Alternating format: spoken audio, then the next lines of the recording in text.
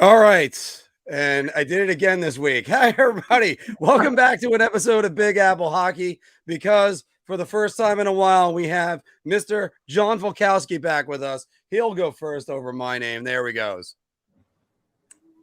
I don't know. I'm doing the little Orange Cassidy there because I'm kind of lost on words. But yeah, happy to be back. Let's do this. And I, of course, am your host, Mark Williams. And I keep forgetting that I keep leaving that layout on there, and it's working. It's not a perfect system. We're trying to get it all worked out.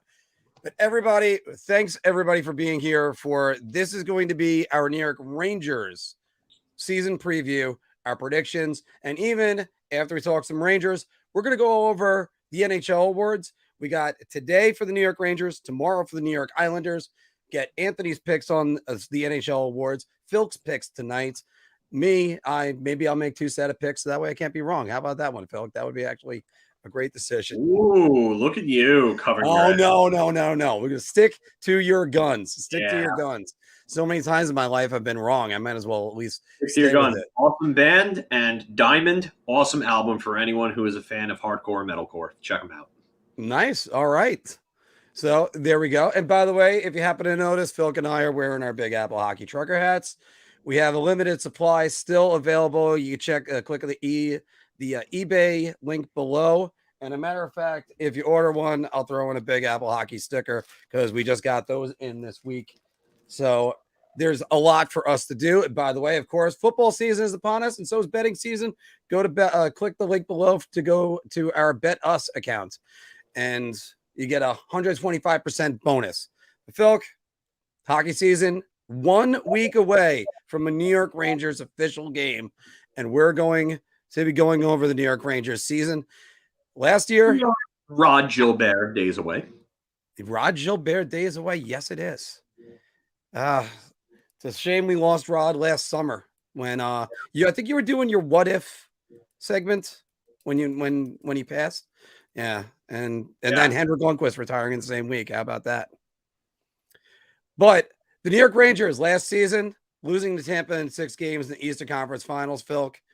And, you got to say that was a successful season, especially for a team that did not make the Stanley Cup Finals, the Stanley Cup playoffs, in about 4 years. And then they go right to the Eastern Conference Finals. Phil, my first question to you: last season, what went right for the New York Rangers? Number 1, Igor Shesterkin. The man should have won the Hart Trophy, but didn't.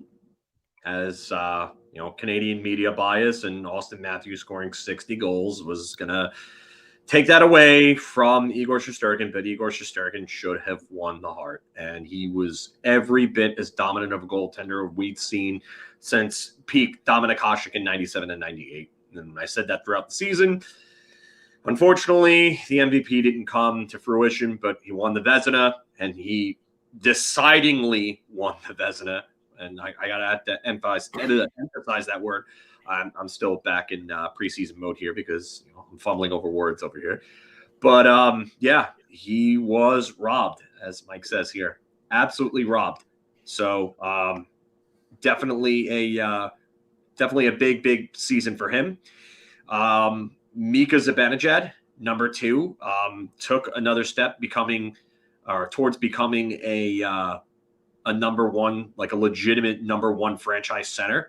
I know you're probably going to be annoyed at the fact that I'm mentioning this guy at 3 instead of 2, but some guy named Chris Kreider almost set a single season record for goal, or almost tied the single season record for goals. So, Chris Kreider had a big year.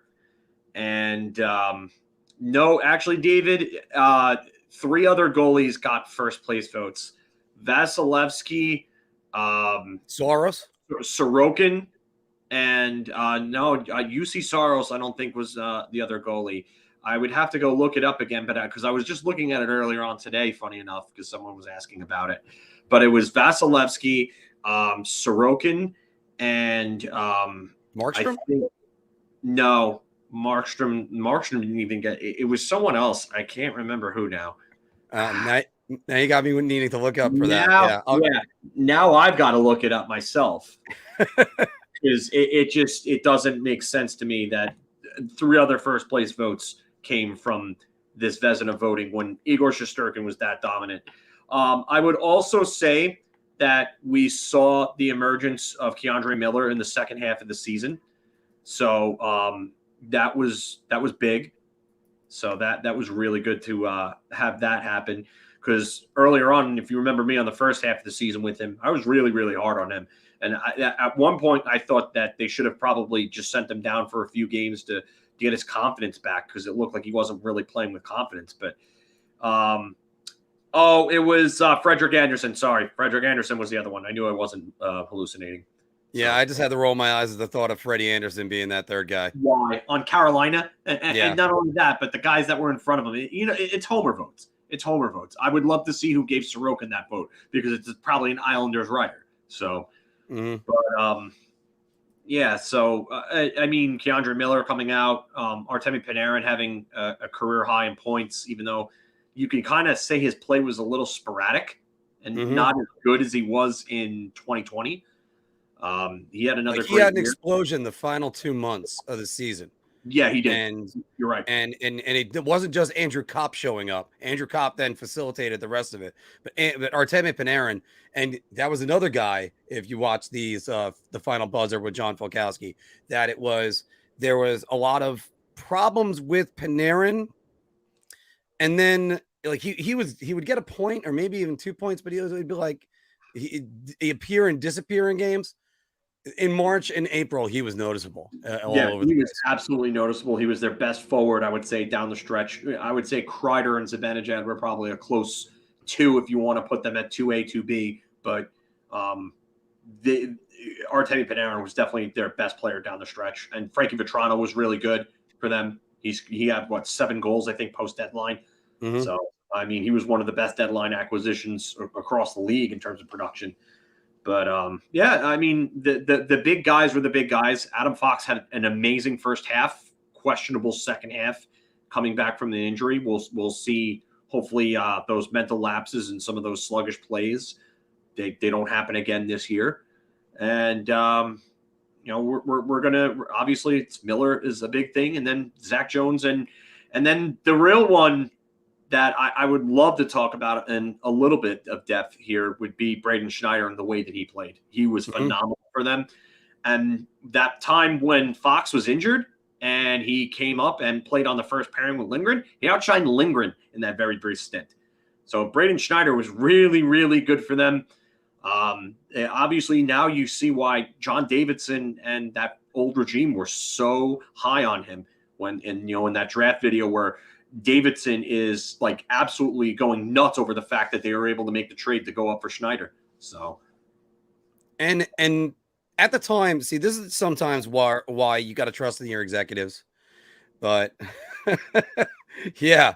And you know what? Let me say this right now with Keandre Miller, the player that he became just solely from the first week of March all the way to the trade deadline, and then the rest of the way through, like there was just a transformation that it was like a switch, Filk.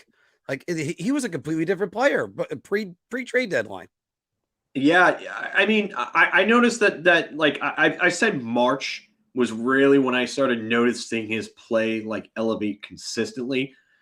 There were definitely games in February I'm like, oh wow, like he's having a really, really good game. Like, is this a sign of good things to come? And then, the next game he wouldn't be as good, or he would, throw a stinker in there or something like that.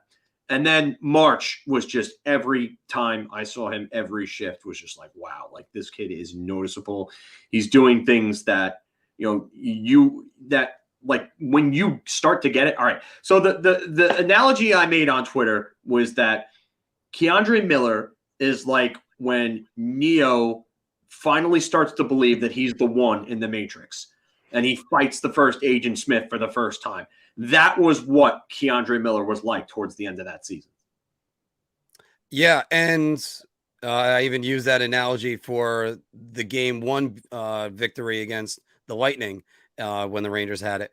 But this guy, he's learning. It takes a lot to play defense in the NHL. It takes a while to learn to play defense in the NHL. And he's only been a defenseman. What are we now? 7 years? 7 years of him being a defenseman? He was, yeah. So they drafted him. He was 3 years, 3 years on defense when they drafted him, and they drafted him 5 years ago. So yeah, this is 8 years of him. So now it's 8 years. 8 years of him being a defenseman, and 3 of it at the NHL level. That's pretty good. It's scary to believe like how good he, like how that switched. I don't know if I've ever seen someone turn a switch that quickly to go from a guy who like I thought was struggling to a guy that looks like he's going to be an elite player. I don't think I've ever seen it before. I gotta agree with you that you use the word struggling. That's where I have to say I didn't see that one happening, because I was thinking Adam Fox when you were talking about that, but Adam Fox was playing well. He was just good. And then suddenly, holy, this guy's Norris Trophy. But this is something else, because we were even speculating at last year at the trade deadline they might try to move him, and the Rangers did not move him. Obviously, good. And another guy that didn't move was Filipino, and he's what went right in the playoffs, because Filipino in the playoffs just went off. Now, my question I keep asking, and we keep talking about it, was that his coming out party? Was that the upwards trajectory that he's been on since? I think some of the numbers say like February and March and then April, he was going on this trajectory. Now, 7 goals, 2 assists. The 2 assists bother me for a center, but or is it just him doing a RJ Umberger, Sean Bergentine impression of, hey, I'm going to have a real good postseason. Pay me, and then I will do nothing the rest of my career. I don't think it's that. You know what? Even watching him in preseason, he seems to be playing the same way. And even Sam and Joe pointed it out. You can just see that there's something different about him now. You know what? And I think he finally understands how to be a pro. And I know that's so cliche, and I've said that before, but you really do have to understand how to be a pro when it comes to playing a professional sport at the level. You have to understand the rigors of the schedule, the grind, the effort, and the practice that you have to put in, the attention to detail and conditioning, and your drills and your skills sessions with your skills coaches and everything like that. That's all part of it. Like that's a big part of what goes on behind the scenes that we don't see. And I think Filipino has really not only figured it out, but too embraced it. And it's funny. I'm going to switch gears here and go to a different sport for a second. But I just saw an interview with Giannis from the NBA, from the Bucks. Antetokounmpo. Yeah, I cannot say that last I'm name. able to say Antetokounmpo, but I can't say Laviolette. You can't. You can say a name that's 10 times harder, but you cannot say Laviolette. What is wrong with you? I think it's just I heard it more, maybe. I don't know. And I love Peter. How do you hear that name more than? Oh my God, Mark! That doesn't even. Not even a plausible excuse. Not a plausible excuse. All right. But anyway, Giannis had an interview. Yeah, I think it was yesterday or the day before that I saw the clip on Twitter, and he basically said that the reason for his success and the reason for great players being as great as they are, and he mentioned him, mentioned Kobe, mentioned LeBron, mentioned MJ, is the fact that they strive to be great. They're not worried about all these like brands or all this extracurricular crap. They focus every day on being the very best player that the game has to offer. And I think Heedle has really tried to be the very, very best version of himself. And that's what's happening with him right now. He understands that he has to do that in order to get to that next level. And I think that he knows that he's in a make or break situation. And you know what? I mean, the Rangers are going to benefit from this year, I think. But it could cost him in the future. And if that's the case, then hopefully the Rangers have a contingency plan behind him. And, they got Vinny Trocheck. So Trocheck's going to be here for a while.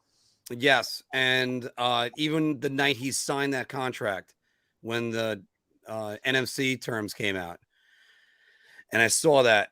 And see, by the way, David, that's going to be huge. They got 3 big RFAs that they have to re-sign next year, even with the cap going up in another year, but not right now. It's not going to help them in 2024. They're going to have to figure that one out. But when you looked at Trocheck's no move clauses, where I think he's got it, I think it goes 12 teams after year 4 and 5, then it's 10 and 6 and 6 and 7. They're moving them sooner than later. So the Rangers probably. Don't have to worry about that. Phil, let's go to something. I think we might have the same thing on our agenda for this one. But what went wrong for the 21-22 Rangers? A lack of 5-on-5 and even strength offense was the biggest thing. I mean, bingo. That was the first thing I'd said earlier on in the year. It's like you can't expect to win games 2-1, 1-0, 3-2 every night and have Igor stand on his head. And they did until the trade deadline. And then everything changed after the trade deadline with the additions of Vetrano and Mott and so on. So 5-on-5 offense was the biggest thing. Even strength offense too. Another thing was having anchors like Patrick Nemeth, who is gone high friggin' Luya. So not having a guy like that on your third pairing can help out the third pairing big time. But there wasn't a whole lot that went wrong aside from the 5-on-5 offense. I mean, Artemi Panarin, I would say, like, his sporadic play for a good part of the season. And then, just being an inexperienced group that ran into a well-rested, two-time defending champion team in the Eastern Conference Finals. Now, I know the temptation is, and I'm just giving a quick glance over to the comments to see if anybody said it yet. The temptation for the average Ranger fan might be, well, why aren't you saying Lafreniere and Kakko? And one, Kakko was injured. He only played 43 games last year and then the playoffs. And then you saw sort of a coming out party for him in the playoffs in a way. And Lafreniere, people want to rip Lafreniere. Yeah, exactly. And again, Jack, that's why it's a good thing as well. So, but Lafreniere, people want to rip him. They're like, why isn't he this as good as Lucas Raymond or whatever? He had 19 goals last year and 12 assists. And you know how many of those goals were at even strength? That would be 18. Yeah. Like he wasn't given any power play time. He doesn't have any time to produce. He has to do this all at 5-on-5. He's second on the Rangers in 5-on-5 scoring. And Artemi Panarin and Mika Zibanejad are on this team. By the way, who's number 1 on 5-on-5 scoring for the Rangers, Filk? Alexi Lafreniere. Oh, actually, he's number 2. 5-on-5 scoring, I think. Well, Chris Kreider. Yeah. Yeah. And, goals. Yeah, goals. Yeah. Yeah. But by the way, and Chris, we didn't even mention Chris Kreider about everything going right. I think Chris Kreider completely changed his game, and this is who he is now. And we're going to get more into Chris Kreider in a minute because we have bar talk solely about the New York Rangers +1 bonus today, guys. So enjoy that one. All right, Phil, now looking ahead to this season, who's going to be the most improved player, I should say? Wow. I'm going to go with Keandre Miller because I think he's going to take a step to a very, very high level this upcoming year. I think he's going to establish himself as one of the core players on this team this upcoming season. I think I would love to see him get more power play time over Jacob Trouba because Jacob Trouba is very shoot happy, is not good walking the line on the point, and he's not a great passer. So I would rather see Keandre Miller there, and I think Keandre Miller is also better at getting his shot through to the net than Jacob Trouba. So I would like to see him on power play too. But I honestly think that Keandre Miller could probably put up close to 40 points with mostly even strength and penalty kill time this upcoming year. And he's going to be playing 22 plus minutes per game. Yeah. And another thing, he might be the matchup pairing. Him and Trouba taking on the number one players every single night. Because I know sometimes I've used Fox and Lingren. Sometimes, I mean, and when you get that versatility with those guys, that's why if my answer, if you didn't say Miller, was going to be Miller, but now you did say Miller, so now I get to go to Braden Schneider. So that's how great that is. Because again, like one of the big acquisitions I thought in the last decade for the New York Rangers was in 2014 when they got Kevin Klein. And Kevin Klein was not the Michael Del Zotto defenseman. He could sub in sometimes on your top pairing or your second pairing, but he was a bottom pairing defenseman. And the Rangers just went out there and just went, "Oh, you guys are going to throw your top line against our third pairing? Well, here's a surprise for you." And he was great for the New York Rangers when they had him. If Braden Schneider does the same thing, regardless if Libor Hayek is next to him, which we'll all roll our eyes just thinking, if you can actually, if you're listening to this in audio, you should have seen the grimace Filk just made when I just say Libor Hayek. it's like all the joy at Filk's life has just been removed, and this is what it is. But if Braden Schneider can do that, I mean, and improve. It doesn't matter who's playing on his side. And then you look at the defenseman that they could acquire from the trade deadline and maybe even be the final piece. Because by the way, that's going to lead to another thing that we're going to ask in a second, but not right now. Filk, who's going to be the most disappointing player? Wow. And by the way, we hope it's not going to be true, but. Wow, this is a tough one. I really haven't had time to think about this. No problem. I'll start it off, and maybe I'm wrong. And if you watch my Twitter over the last week, you would know it's going to be Vitaly Kravtsov. I don't know what he does. Like when you look at some of the Ranger guys, Kaapo Kakko is pretty strong on the puck, and he really showed it last year in the playoffs. Alexei Lafreniere, he's such a good. I think he's a good skater. I mean, maybe you think I'm wrong, but the guy can just play, and he could do almost anything. He'll start doing a lot more this year. I don't say almost anything, but he's still learning the game. What does Vitaly Kravtsov do? I don't think he facilitates well. I don't think he shoots that well. I don't think he skates that well. So it's sort of like the Office Space thing about, so Vitaly, what would you say you do around here?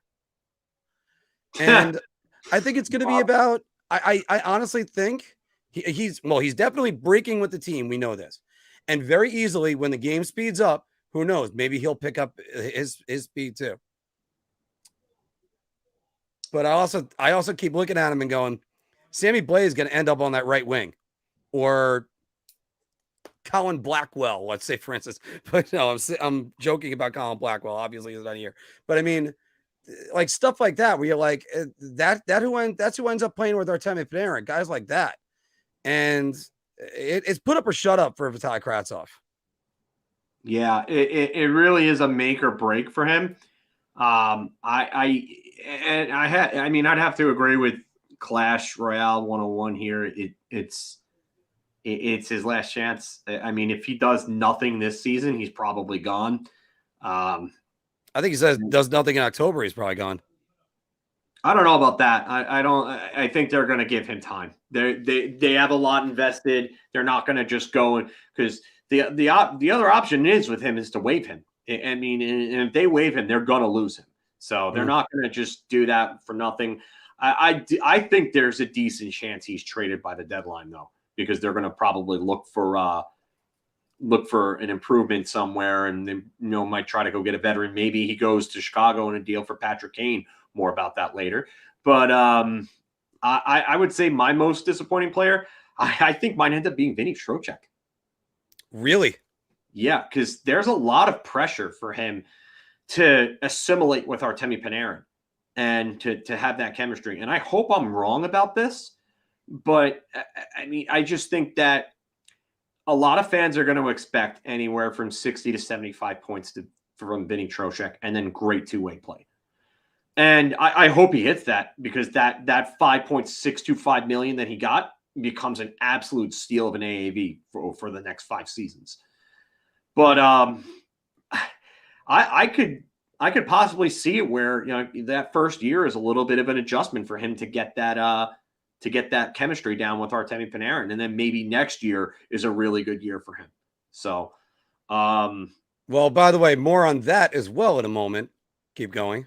Yeah, so I do think that I do think that there is a chance that Vinny Trocheck could be the most disappointing player. My other answer was actually going to be this man right here, Capo, and Capo, and I don't want to see that happen, but I mean, there's a chance that he just doesn't put it together, and they don't see the offensive uptick that they want to see from him, and he gets dealt, and because he's just it's just disappointing. So I've said it before, I'll say it again, Filk, that the second he's traded to another team, he's going to find it, because the spotlight in New York is going to be off him. He might be in a different situation.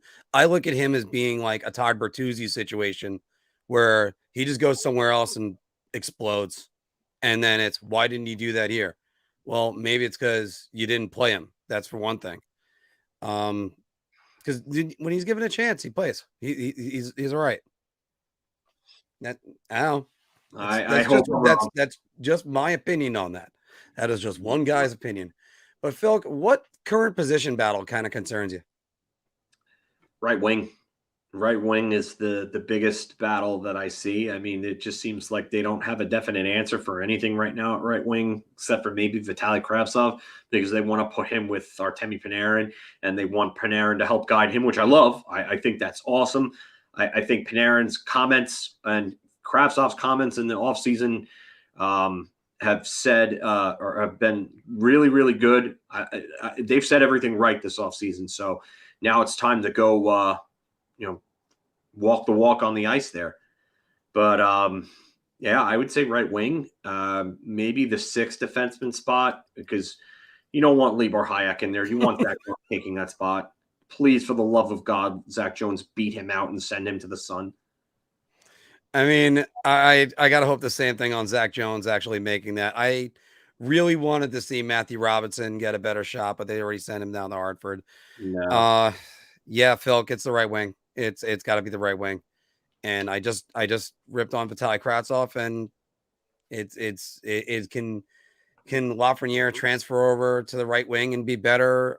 Can they don't seem to want to elevate his play and get up there? They don't so many questions. Do that, and that's the issue.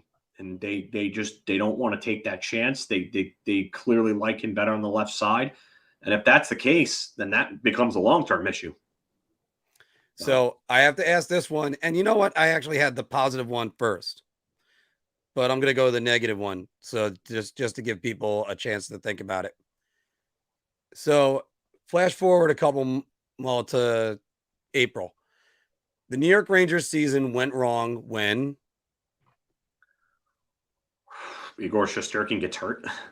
Yeah, that's a big concern to me. Yeah, I mean, that's the only thing. I mean, he's had injuries in every year so far. He got injured in his rookie year in 2021. Or not, well, would you consider that his rookie year? No, actually, no, 2020 he got hurt in. That was a freak accident. 2021, he had the groin. 2022, he had the groin. So, yeah. I mean, he's been injured every year. So it's really injuries. And then the other thing I would say is if the young kids don't take a step forward, which I feel like I'm repeating myself from last year. Yeah. But funny enough, they didn't take a big step forward last year, and they were still fine. Mm-hmm. So, and that's all they got. They just got to take. This is a good one. The power play dries up. Yep. Yeah. See. Yeah. I think they're going to be a better 5-on-5 team this year, and I'm going to get to different reasons why on that in a few minutes. But yeah, I got to tell you, Jack, you hit a nail on the head with that one. And Mike with a good one here too. If Gaudreau or Blais are playing in the top 6, you know I could see one of them up there. I would rather see both of them down below. I would rather see them being this super fourth line that the Rangers can use against other teams' top units and stuff like that, and really intimidating just everybody. Because if that's the case, then it's almost like sky's the limit for the Rangers, which is where I'm going to go with this, Filk. If things break right, the New York Rangers will. I think they'll get back to the conference finals. I don't know if they get there. It depends on, if acquisitions at the deadline, the development of the kids. I think it's really tough to prognosticate that. But if they get back there, then that's a really, really good sign. And that means that they're still trending in the right direction. And that's what you want at this point. You just want them trending in the right direction. If they get knocked out in the first round and get beaten mercilessly by whoever they play, and it's like a team that's inferior to what Tampa was this past season, then you know what? Then you can look back at it and say, oh, well, then maybe this wasn't the best year for them. So, but if they look like they're trending in the right direction, I'm okay with it. But if everything breaks right, I think they have the potential to at least get back to where they were. Carolina, to me, I don't know how much better they are than last year. If they are, Pittsburgh's defense looks like it improved, but their team is basically the same team overall.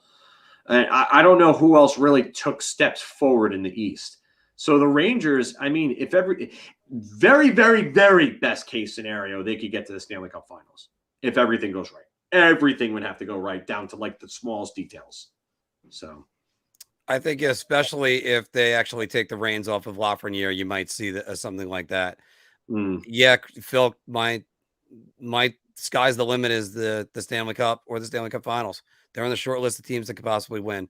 There's where I'm having trouble trying to do this, and a matter of fact, I keep trying to say this. The New York Rangers are not going to the Stanley Cup Finals because, and I'm trying to list reasons in my head. 5-on-5 scoring, maybe. Igor Shesterkin gets injured. But who's better right now? Right wing production would be one of the things for me, I would say. But who's better right now in the Eastern Conference when you look at them? Igor and net.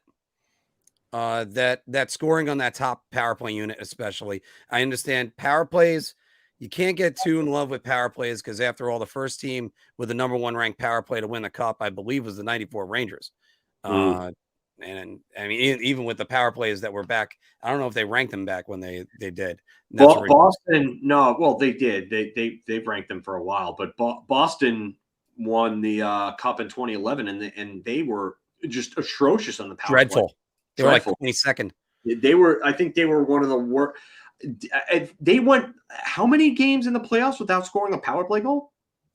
I'd have to look that up. I know they had the streak. I just don't know the number off the top of my head.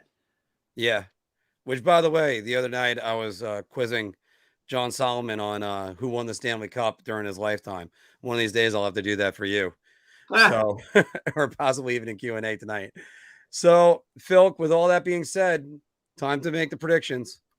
What are your predictions for the 2022-23 New York Rangers? I'm going to say they finished second in the division. I think Carolina probably ends up taking the division. Very, very close race. The Rangers, I think, once again, will probably get over 100 points. I think they're second in the division.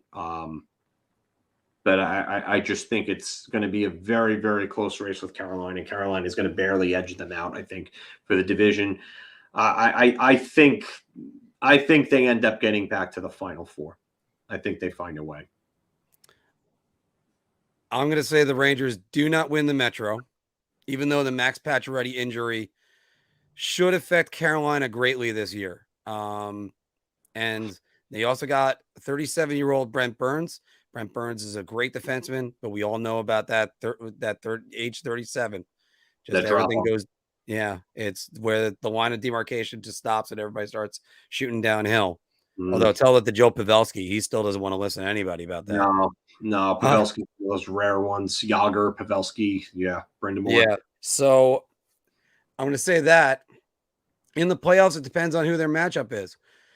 I'm not a big believer in the Pittsburgh Penguins, and they're going to be rolling out in wheelchairs. You know what? They intrigue me. I'm not going to say they scare me, but they intrigue me. And the reason I say that is because I like what they did with their defense. They got rid of Matheson and they got rid of Marino, and then they ended up getting Petrie and Jan Ruda. And Jan Ruda's a little underrated, I think. I think Tampa Bay is going to really feel the loss of guys like Jan Ruda and Ryan McDonough on their blue line. And I think Especially Pittsburgh. McDonough. Yeah, oh, absolutely. And that's why Tampa Bay, I think this year doesn't scare me as much as they have in previous years. So I mean, I could absolutely see Andrei Vasilevsky having a phenomenal year with them. And he'd probably be Igor's number one competition for that Vezina. But I think that Jan Ruda and Jeff Petrie will go a long way for helping Pittsburgh's defense, because Pittsburgh's defense was not good against the Rangers, and they needed that defense, and they just upgraded big time there. So if Petrie can give them 1 or 2 good more years, that maybe that keeps their window open a little bit. But yeah. So I do have to say, by the way, about the Penguins, because there's a lot of crying about the Rangers should have never made it as far as they did, because it was all because of the Sidney Crosby injury that happened and everything else. First off, the Rangers have their own gripes about that playoff series, because that game 1 should not have been a triple overtime game. Nope, that should have been a win. And say what you will about the Rangers and the Penguins and any way you want to slice it. The Penguins had a lead in every closeout game and coughed it up. Lost. You can't, and you could say, well, 2 games were Louis Domingue and the Rangers just waived him. All right. What about game 7? You had Tristan Jarry in net. You had a 3-2 lead going into the waning seconds of the third period. And the stick got chopped out of yeah. No, please. Shut up. And then, it's a ticky-tack penalty. No, there was a penalty. It's what it was. So Panarin scores, game's over. And let's face it also, I think they went ahead 2-1. And Kendra Miller's goal, kind of a weak one. I know it was off a skate, but that was your typical Tristan Jarry clutch. Oh, here's another excuse. The helmet coming off. Oh my God. Yeah. Yeah. So, and again, and the Carolina Hurricanes, on the other hand, there are no excuses with them. They played a great series against the Rangers.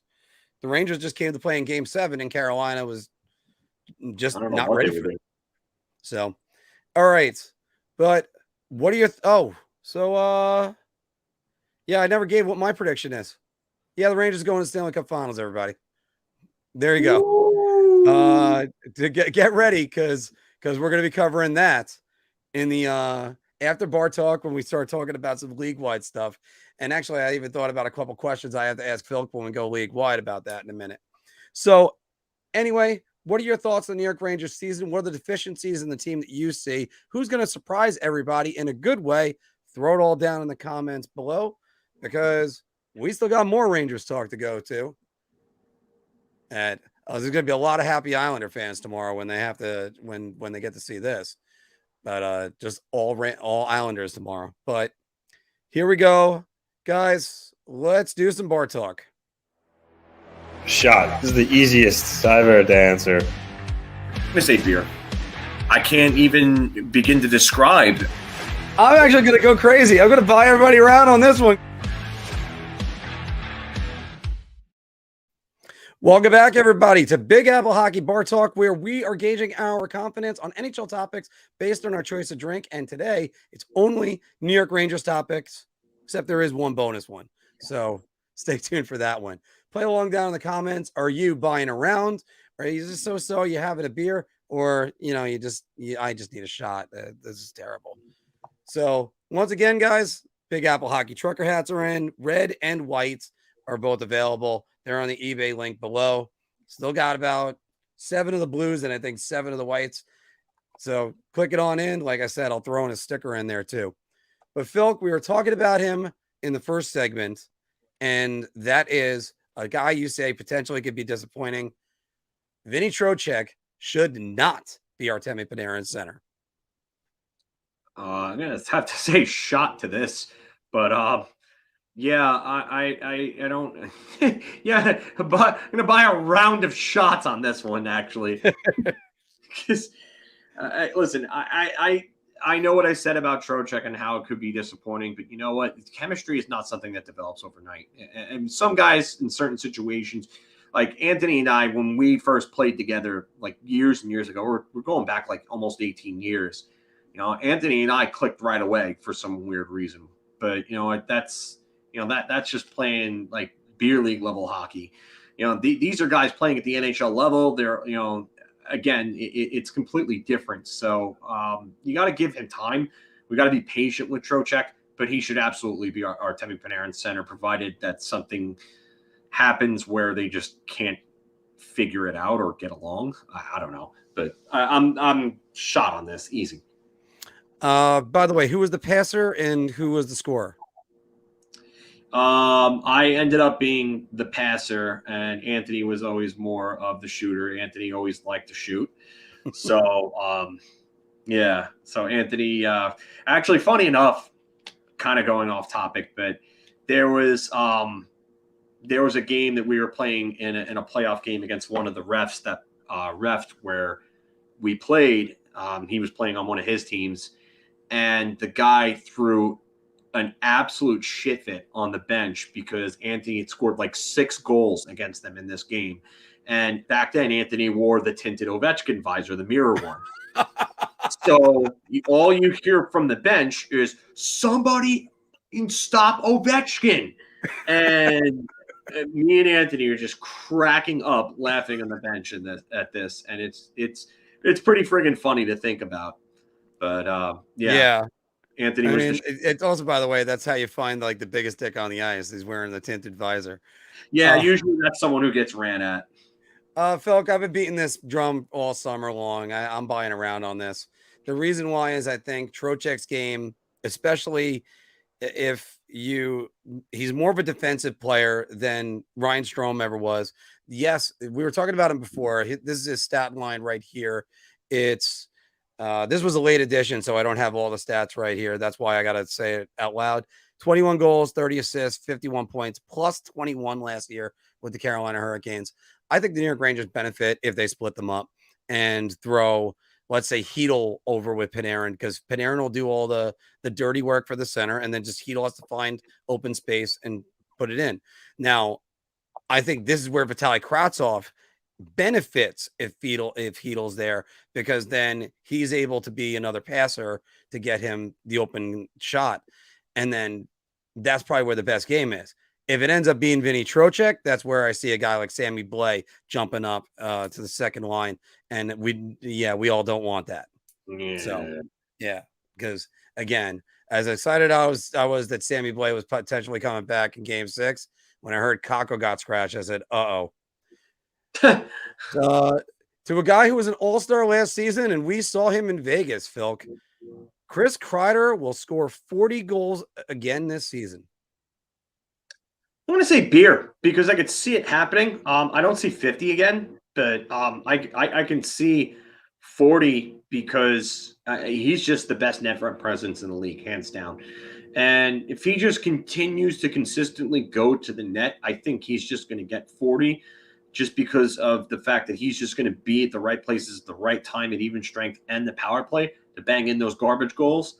And then obviously he's going to use his size, his speed, and his shot to get the other portion of his goals. So I can easily see 40. I think anything less than 35 would be a disappointment, but I could definitely see him getting 40. I'm going to say beer. I'm not sure about round, but definitely beer here for me. I'm actually gonna go round again, and it's not a surprise. We know I'm carrying Chris Kreider's water, but I think he's found his game and found exactly what the Rangers wanted to be. He's not just a guy that's supposed to stand in front of the net like Adam Graves. He'll actually go off to the side of the net, and that's how he'll deflect pucks. He's excellent at getting rebounds. He had 10 goals in the playoffs as well. He's their power play cleanup guy. The only way, he scored 25 on the power play alone. Now, I think he's probably good for 20 on the power play, and I think that's why he'll hit 40. So now, if it was just solely deflections in front of the net, I would say, nah, he's not going to do it again. But and Steven, Statboy Steven, our friend of our show, brought this up. And he's one of the 5 players, I think it was, that scored his first 50-goal season after the age of 30, and nobody ever did it again. Yep. I do think he can get to 40 again. I think they utilize him the right way. He's fallen out of love with that wrist shot from beyond the dots. And when he was using that wrist shot, it was on the off wing. I kept promising everybody I was going to make the video showcasing all of his goals and everything. But I think it's you know who he is. Now, I will say this, Filk. If he scores, say, 35 goals, 20 on the power play, but Panarin and Zibanejad's goal totals go up to 40 each, like they were 2 years ago, is that really so bad? No, because it's basically a wash. Well, actually, no. You're actually getting more goals at that point. Wow, Tage Thompson just scored a sick goal. Sorry. Oh, nice. Yeah, I'm watching the preseason game between Buffalo and Carolina, but they honestly, you're getting all right. So if Mika goes back from 28 that he had this year to 40, 29, I think it was, yeah, 28 or 29 that he had this year, and then Panarin gets up to like 35. I would say that's a wash, or actually maybe a little more. But I mean, honestly, you want Chris Kreider to score at least 35. That's where you want him at this point. You want him at 35 or above. 50 is just, it seems like the outlier. Could he do it again? Sure, but I don't see it. But I mean, because I mean, really, the thing with me with Chris Kreider is that he was having a career year at a point where you usually don't find players having career years like you said before, like after the age of 30. And I mean, if you look at his shooting percentage, he's shot at 20.2%. Yeah. Now, that's the second. Actually, it's the 4th straight year in which his shooting percentage has risen. So he tied his career high in goals in 2019 with 28, and he shot 13.9%. Then the following year in 2020, he had 24 goals in only 63 games, shot 15.4%. I mean, it was established by that point that he was basically the best net front presence in the league. So he follows it up in 2021, the COVID shortened year, 20 goals in 50 games. He shot at 19.6%. And then this year, he took 258 shots, career high, shot at 20.2%. But here's the thing. A lot of, unlike an Alexander Ovechkin or, someone like that, Chris Kreider is not a volume shooter that takes shots from all over the place. He's a guy that takes shots from high danger locations, and his shots aren't always shots, they're deflections. And deflections usually have a greater chance of going in than, a regular just shot on net because of the obvious redirect. So with his usage and, with the way that Gallant's going to, employ him, I would say that Chris Kreider, he could realistically maybe hit 50 again. I think 40 is realistic. I can't say definitely that he'll hit 40. So yeah, he ended up with 38 or something like that. Well, don't worry, Chris. I believe in you. That really isn't worth that much, though. So, Filk, one of the guys that you always were very critical about last year, who, by the way, is now the New York Rangers captain, the Alexei Lafreniere will have more points than Jacob Trouba this season. I'm gonna buy a round on this. I think Lafreniere is going to break out. I think this is going to be the year. I saw a lot of good things for him at the end of the season. Between that unreal goal he had against Detroit, the play in the playoffs, especially with what we call the shift, with the kid line and the way that he just absolutely dominated on that shift. They're just, I think he's ready. And I think if he stays on the top line, if they keep him at right wing there, I definitely think he's going to break out. I think he would score 50 plus points if he stays on that top line. I think he's got to earn that power play spot. And I'm going to say two things. One, I do have to give credit to Jacob Trouba. 39 points from the defensive position. I mean, especially without any power play time. That's good. Minimal. But you know what? I'll say this. They better. I'm going to buy around because he has to. You're number one draft pick. You got to play him. Time to take the shackles off him and let him play. Just like Ken Watanabe said, let them fight. This time it's just let him play. So Ken Watanabe. Great voice on that guy too. And Mako had a better voice. I loved him when he was Master Splinter, but that's a different story. But yes, just let him play. So here we go. And going to another guy who's going to be a restricted free agent next year. Actually, two of them. Keandre Miller is more critical to the New York Rangers this season than Phil Beadle. I'm buying around on this. I like I said before, I think Keandre Miller is ready to take the next step to becoming a truly great defenseman. So I think that and not only that, but he's a top 4 defender as it is already. Your top 4 defenders have to be 4 of your most important players. So Keandre Miller this is an easy round for me. You know what?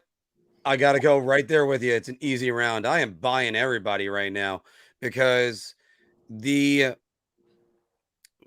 him, I think the defense is less insulated. He's the one that's got to take the next step. If Hedl kind of struggles a little bit, he still has Trocheck. He still has Panarin. If he's playing on that line, he still has that third unit. It's not the end of the world. Miller, on the other hand, then you got to hope that Braden Schneider steps up, and then who knows what if he does, and then Miller falls backwards a little bit. I do think Miller is what's important when you're playing teams like the Pittsburgh Penguins, or later on when you're playing maybe who knows in the conference finals. I don't even know if Tampa's getting back there again. And let's say it's the Florida Panthers. They get their shit together and they go. I don't know. So it's because I still look at that division, Phil, and I think the Rangers are the ones that's going to come out when that bracket's done. Maybe not necessarily over there, but that's what, and because of guys like Keandre Miller. I mean, I know you brought up Florida, and I don't know if I see them as good of a team this year. I think that and you got good reason. I think that I think when you lose arguably your best forward and your number 2 defenseman for a lesser forward. I mean, sure, he's younger and he's gritty, and I think he's built for the playoffs. But I just don't know how that helps their team. I really don't. Yeah, and then Paul Maurice as a coach, good, maybe not great. We'll see about that one soon enough. Been around for a while, very experienced, but hasn't really been able to get the job done. Yeah. Actually, Phil, thanks for leading me right in. Speaking about somebody that just hasn't gotten the job done. Been good at times in spots, but not great. But Kaapo Kakko, 43 goals, 43 games, 7 goals, 11 assists, 2 goals, 3 assists in the playoffs. Kaapo Kakko will be a New York Ranger after the trade deadline.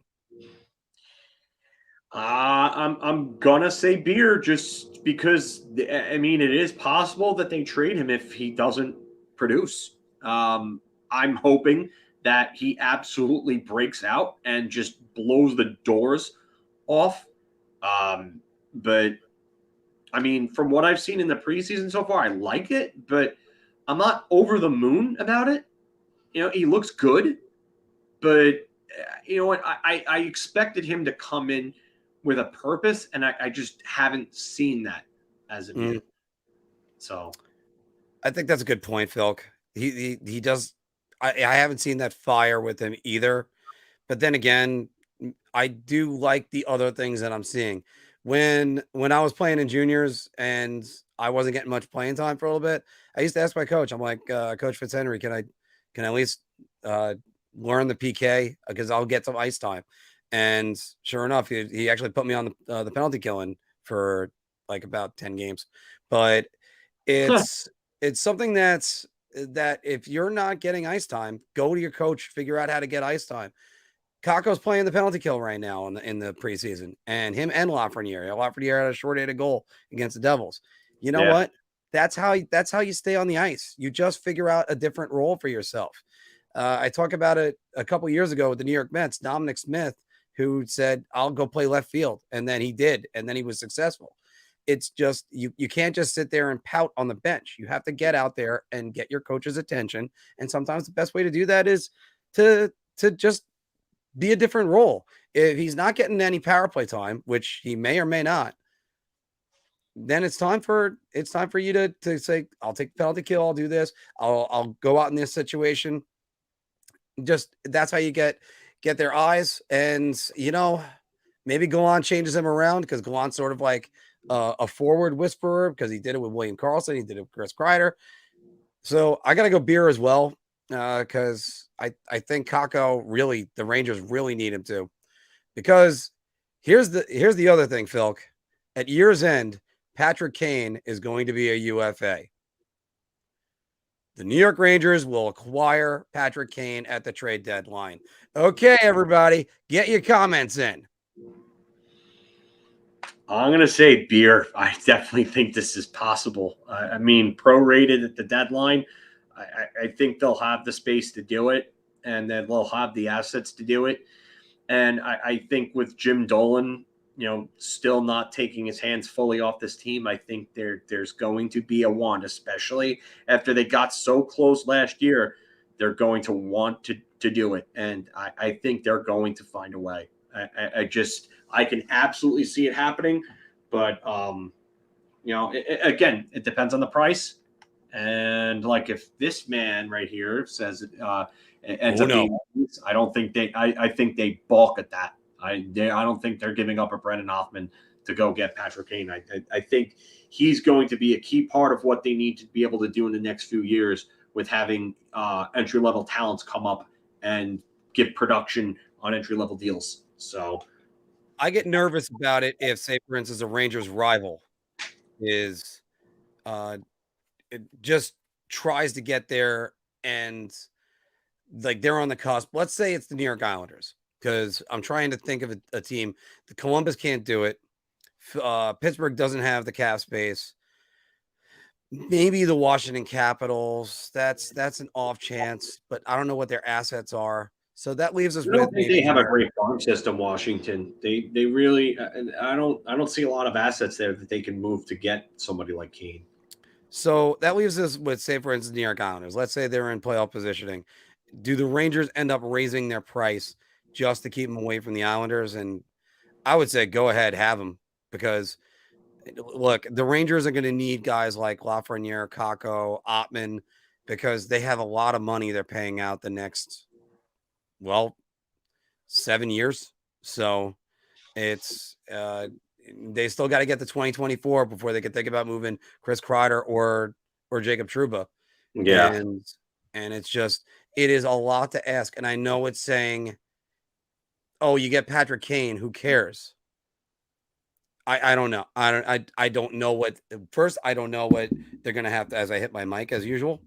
I don't know what the asking price is going to be.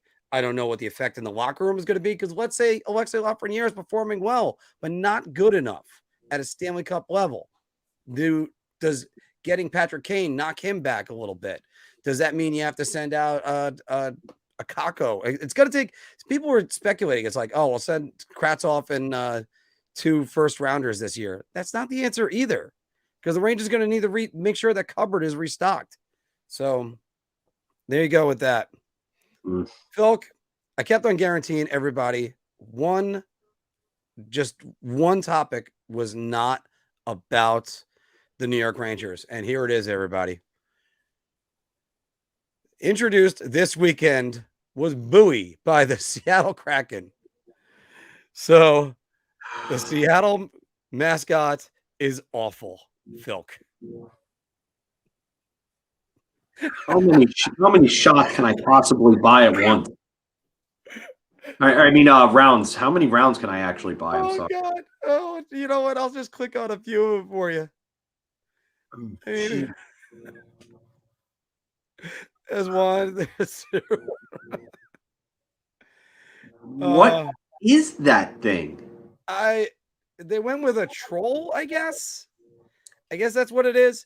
It's Alexei Kovalev's troll from his locker. I'm gonna borrow some of Statboy Stevens' joke to me, which was, but apparently he was recovering from a methadone clinic, and that's where they found him. You can literally use like they have like Kraken masks. You could have made it an octopus. Why would you do that? It looks stupid. I know. But you know what? I said when Gritty came out that it was like a mascot that could have been used for the Dare program back in the day. This thing is actually more representative of it than Gritty is. And it'll haunt the dreams of small children. But you know what? I gotta have to let this play out. I'm gonna put a beer on it. It's just because, oh man, that thing. I don't know. It's just I looked at it and just went, eh. But if they would have done the octopus, do the octopus. It's a Kraken, and then you can name it Phil. Phil the Kraken. Wow. For all the crackheads at the crack house. Oh, the crack house. Yeah. I love it how they embrace that. Like, oh, we're the crack house. No, don't call it that. Please don't call it that. All right, guys, that's the end of the New York Rangers bar talk for today. And one Kraken one. So if you haven't put your comments, if you haven't played along, put them down below. Make sure you guys have liked and subscribed and hit the notification bell, because that's what we need you to do, because we need to make money. And also not burp from water. How am I burping from water? How are you burping from water? I have no idea how I'm burping from water. Age is a wonderful thing. All right.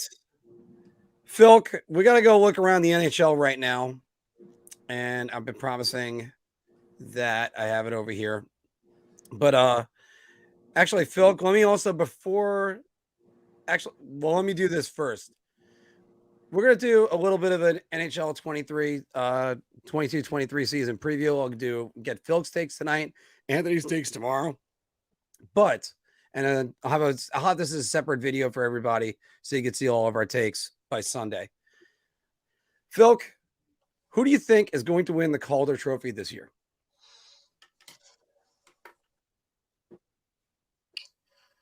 That's a good one.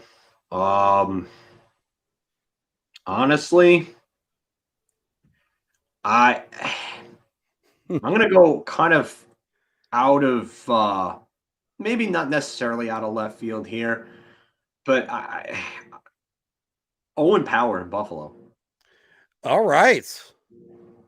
Like, I you know what? I could really see him coming up and being a really good defenseman for Buffalo, and he's going to get a lot of minutes there because they don't have a great defense core.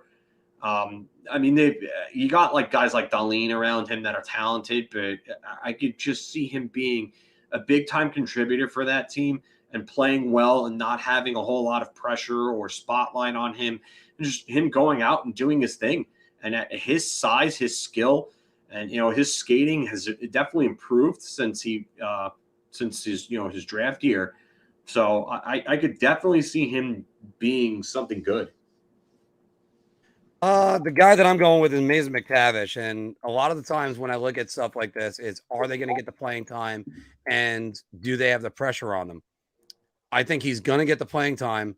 I don't think he's going to have the pressure on him because Trevor Zegras had a great first season with the Anaheim Ducks. He's the star.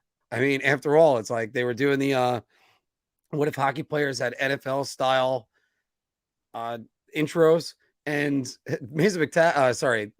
Trevor Zegras comes out and says Hogwarts was his university.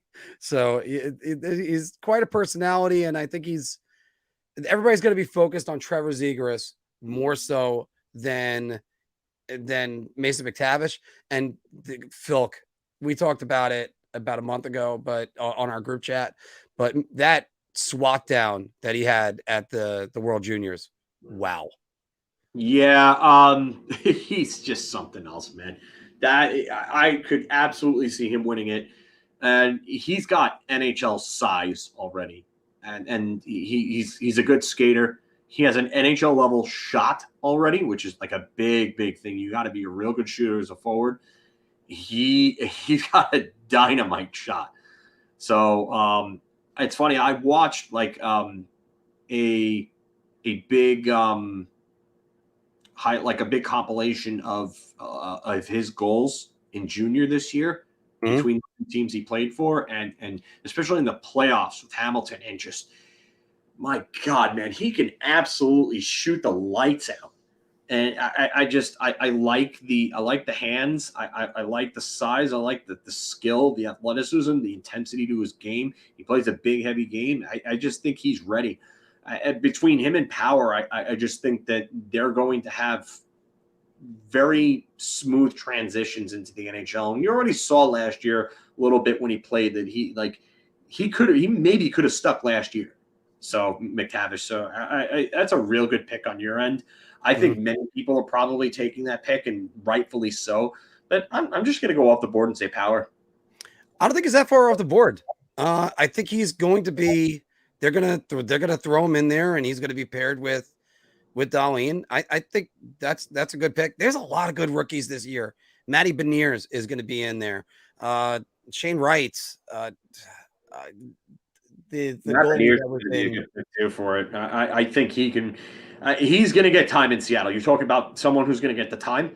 Seattle needs centers, and you know what? I could see Beniers, and Beniers played great for them down the stretch. It was almost a point per game for them down the stretch.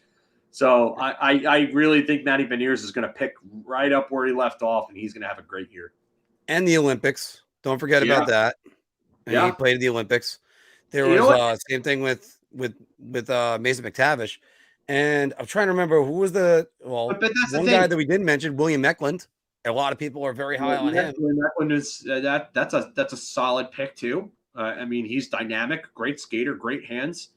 I think another one who could be a real dark horse would probably be Kent Johnson. Yes, I was about to mention him as well. Kent Johnson could be right up there. And you again talking about playing against men and getting time. A lot of these guys have played against men, and they're going to get the time on their respective teams to do it. And that it's funny because we all talk about the Rangers and why isn't Kakko and why isn't Alexei Lafreniere breaking out and this and that?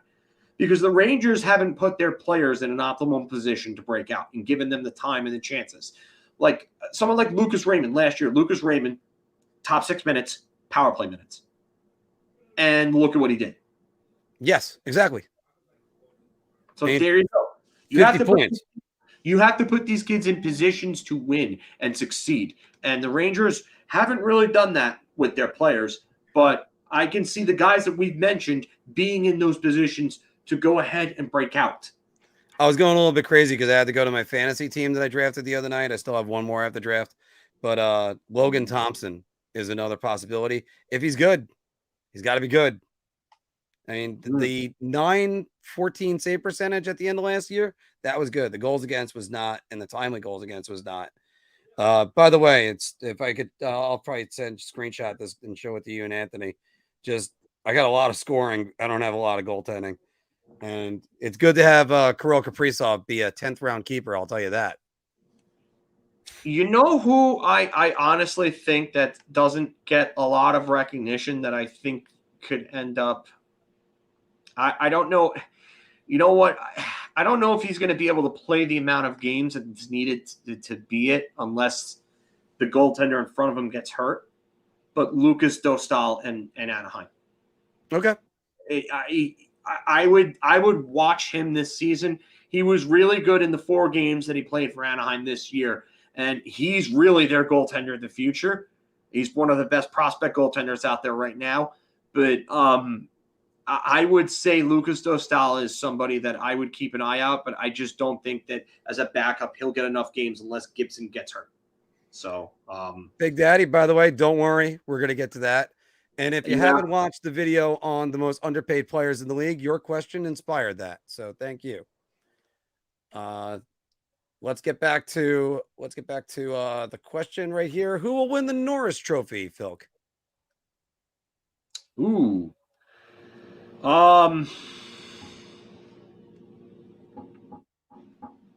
Wow. This is a good one. This is a really good one. There's a bunch of guys that I could see in the mix. I could see Victor Hedman there again. I could see Adam Fox there again, having a better full year as opposed to last year, and hopefully not being hurt. Cale Makar is obviously going to be there, Roman Josi. But call me crazy, but I think there's going to be someone that's going to be taking a big leap in development this year. And I'm not going to say Keandre Miller, even though I would love for him to get into the Norris conversation. I think it's actually your rookie of the year pick from last year, Moritz Seider. I think Seider, wow. He's going to get some serious consideration this year because he was amazing for Detroit last year on defense. He had 50-plus points. He was dominant in both ends of the ice. And Detroit is going to have a better team around him this year. I think if Detroit makes the playoffs and he puts up like 50 to 60 points like I think he can actually win the Norris. All right. I made a comment last year at this time that the Canadian press is going to make sure that Cale Makar is going to get the Norris Trophy no matter what. And then he won it over Roman Josi, who, in my opinion, still should have won his second one. And it wasn't hating on Cale Makar, because I would have made Cale Makar my choice this year. But I'm also starting to think about this like they're spreading it around. Like, oh, he's got one. Let's give it to another guy. It's okay. And what makes me angry about that is being a Ranger fan. Brian Leetch had 2 Norris trophies. He had to earn his Norris trophies because Chelios and Bork got all of them. So, yeah, where I'm getting at with this is I think this might be the year Aaron Ekblad wins his first one. So I'm trying. He's got to stay healthy. He's got to stay healthy. He was on track to win one, and he was my mid-season Norris Trophy winner last year, even though Josi was so much higher on points because the scoring went Huberdeau then Ekblad, and you could have said there was a comparison in points with them. I think if they're going to go with that philosophy of let's spread the trophies around, it's Aaron Ekblad. So yeah, I mean, he had 57 points in only 61 games this past year and finished 6th in the Norris voting. And I think in like plus minus, he was top like 3 in the league, I think. Yeah. So, I mean, in terms of defensemen, I should say, but I know for a fact that he just was just incredible last year for them. I don't know if he necessarily wins it. My biggest thing is with them is he probably could, though, because of the fact that they just lost Weegar. So you're losing your number 2 defenseman. And then on top of that, you have no one else really in that squad aside from Gustav Forsling. That's really your guy after that. Another guy we haven't really talked about is Long Beach, New York's finest, Charlie McAvoy. Mm-hmm. And that's another guy who played really good defensively. He finished 5th in voting last year. But I don't think the Bruins are going to be good enough. What's that? I don't think the Bruins are going to be good enough. You know what? I think they could pull out a playoff spot. I really think they could pull out a playoff spot. Okay. Sorry, David. McAvoy was not 3rd; he was 4th. So I was wrong as well. He was 4th. 3rd was Hedman, and 2nd was Josi.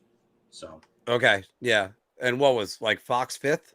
Fox was fifth. Yeah, if he, Yeah. I had Fox and McAvoy backwards for a second. I thought Fox was fourth. But Totally fine. I mean, don't worry. I might have a spelling error coming up in another minute. So, that's for sure. Phil, again, we got to say the same thing because you look at guys that were great players. Carey Price, Henrik Lundqvist only have one Vezina trophy between the two of them. Sergei Bobrovsky's got fucking two. Who's going to win the Vezina this year? And is it going to follow that same thinking I gave you before? I think if Igor comes anywhere close to doing what he did this past year, I think he's winning it again. I just think that he set a standard that was really that good. The only thing I could see is that Andrei Vasilevsky lost 2 top 4 defensemen in front of him this year. If you look at Tampa Bay's lineup now on Cap Friendly or any type of lineup site, you're going to see some unfamiliar names or names that you don't think that you're going to get a whole lot out of. So Mikhail Sergachev is going to have to step up. Ian Cole they signed. Eric Chernak, he's kind of been a stalwart there for them, if you will, just kind of steady presence. And then you've got Philip Myers, Cal Foote, and Hayden Fleury. And that's not a great bottom pairing there. Cal Foote, maybe you get more out of him going forward. He's still relatively young, but I don't know if he's really ever going to be the defenseman that people thought that he was going to be coming out of junior. But their top 4 is definitely not as good as it was in previous years. And this is really going to be on Victor Hedman to kind of really carry the load, and him and Mikhail Sergachev. So if Andrei Vasilevsky has a year like he had this year with that defense in front of him, Andrei Vasilevsky is going to get a lot of votes again for the Vezina. So, or this could happen, and he takes a step back. That could be very well true too. That could happen, but I do think that voters, if he posts comparable numbers to what he did this past year, I think a lot of Vezina voters are gonna take a look at that name and they're gonna be like, wow, it's Vasilevsky. He had a great year, lost 2 guys, still putting up big numbers, and they're gonna give it to him, I think, at that point. So I think it's gonna come down between Shesterkin and Vasilevsky. I'll throw a different name out there, and I'll let Anthony be the one to say Ilya Sorokin tomorrow, because Sorokin might have something to say about it.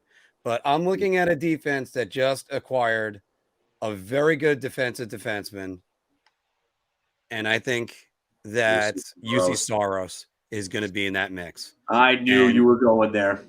Yeah, because I you know what?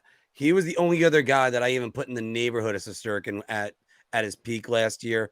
And you're talking about Yossi, McDonough, Ekholm, Dante Fabro, Jeremy Lazan, and I mean they have the best 6-man unit in the league for my money. Yeah, I would, and I can agree with that. Anyone that could challenge them in that. So you get that good 6-man unit. They played the defensive style. Saros might put up some really good numbers, and he might get some looks. Yes, dark horse is Jake Ottinger. I like Jake Ottinger as a dark horse. A lot of people like him. I'll give you another dark horse, Filk, because you're going to hear me talk about them a lot. Thatcher Demko. I don't know if I really like Vancouver. They're just their core is not exactly right home material, like exactly. Right, so but he might be just a guy that makes a couple big saves, and then everybody's what was the line they used in the bubble? They got Demcode. Yeah, when he went on that ridiculous playoff run. But I mean, Quinn Hughes, not great defensively, great offensively. Ekman Larson, pretty good offensively. Again, all that not that great defensively. Tyler Myers, overpaid on the wrong side of 30.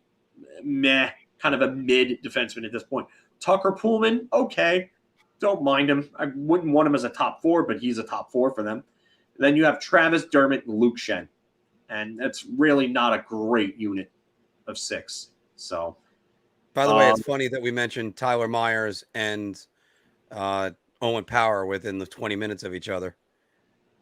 As big, tall Buffalo defenders, one that won the Calder in 2010 and another and one that you're predicting Calder this year. Yeah, I get it. All right, Filk, we're going to get the teams in a second. Let's do the final award. Who's the Hart Trophy winner this year? Wow. I wanna sit there and I want to say that this is going to be the year that they finally give it to Nathan MacKinnon. Because I just have a feeling that he's going to put up his first career 100-point season, even with the loss of Nazem Kadri. I think that Alex Newhook is ready to step up. He had, I think, 33 points in like 63 games or something like that last year. He was scoring about a point every other game pace. I think he's going to take over that second line role. I think they're going to be fine at center depth down the middle. They have the best they have one of the best, I should say, 6-man units on defense in the league. Their goaltending is suspect. I don't trust Alexander Georgiev as a starter. Maybe behind a better team, he'll put up better results, but I don't think he's any better or worse than Darcy Kemper. But I do think that this is going to be the year that Nathan MacKinnon finally stays healthy, plays a full 75 to 80 games, scores 100-plus points. I would say maybe even 110 points, somewhere in that range, and they finally give him the Hart Trophy. So I'm gonna go with Nathan MacKinnon. I'll, by the way, come right out and say it. Alexander Georgiev is nowhere near Darcy Kemper. Darcy Kemper, I thought, was great with Arizona. He was good with Colorado when he won a Stanley Cup, and now he's in Washington. Playoffs, that's the problem. He posted a sub 900 percentage in the playoffs, and that wasn't good enough. Very much faltered. Now, with all these discussions, whenever it comes to the Hart Trophy, we always have to acknowledge one spot basically is reserved every single year for Connor McDavid. So let's start with that. So let's start with that one. One of them reserved. Connor, you're already a finalist. Enjoy. Now, Austin Matthews winning it last year. I went on the tirade about Cale Makar winning it. Austin Matthews deserved it. I mean, he basically carried the Leafs all the way through. 61 goals.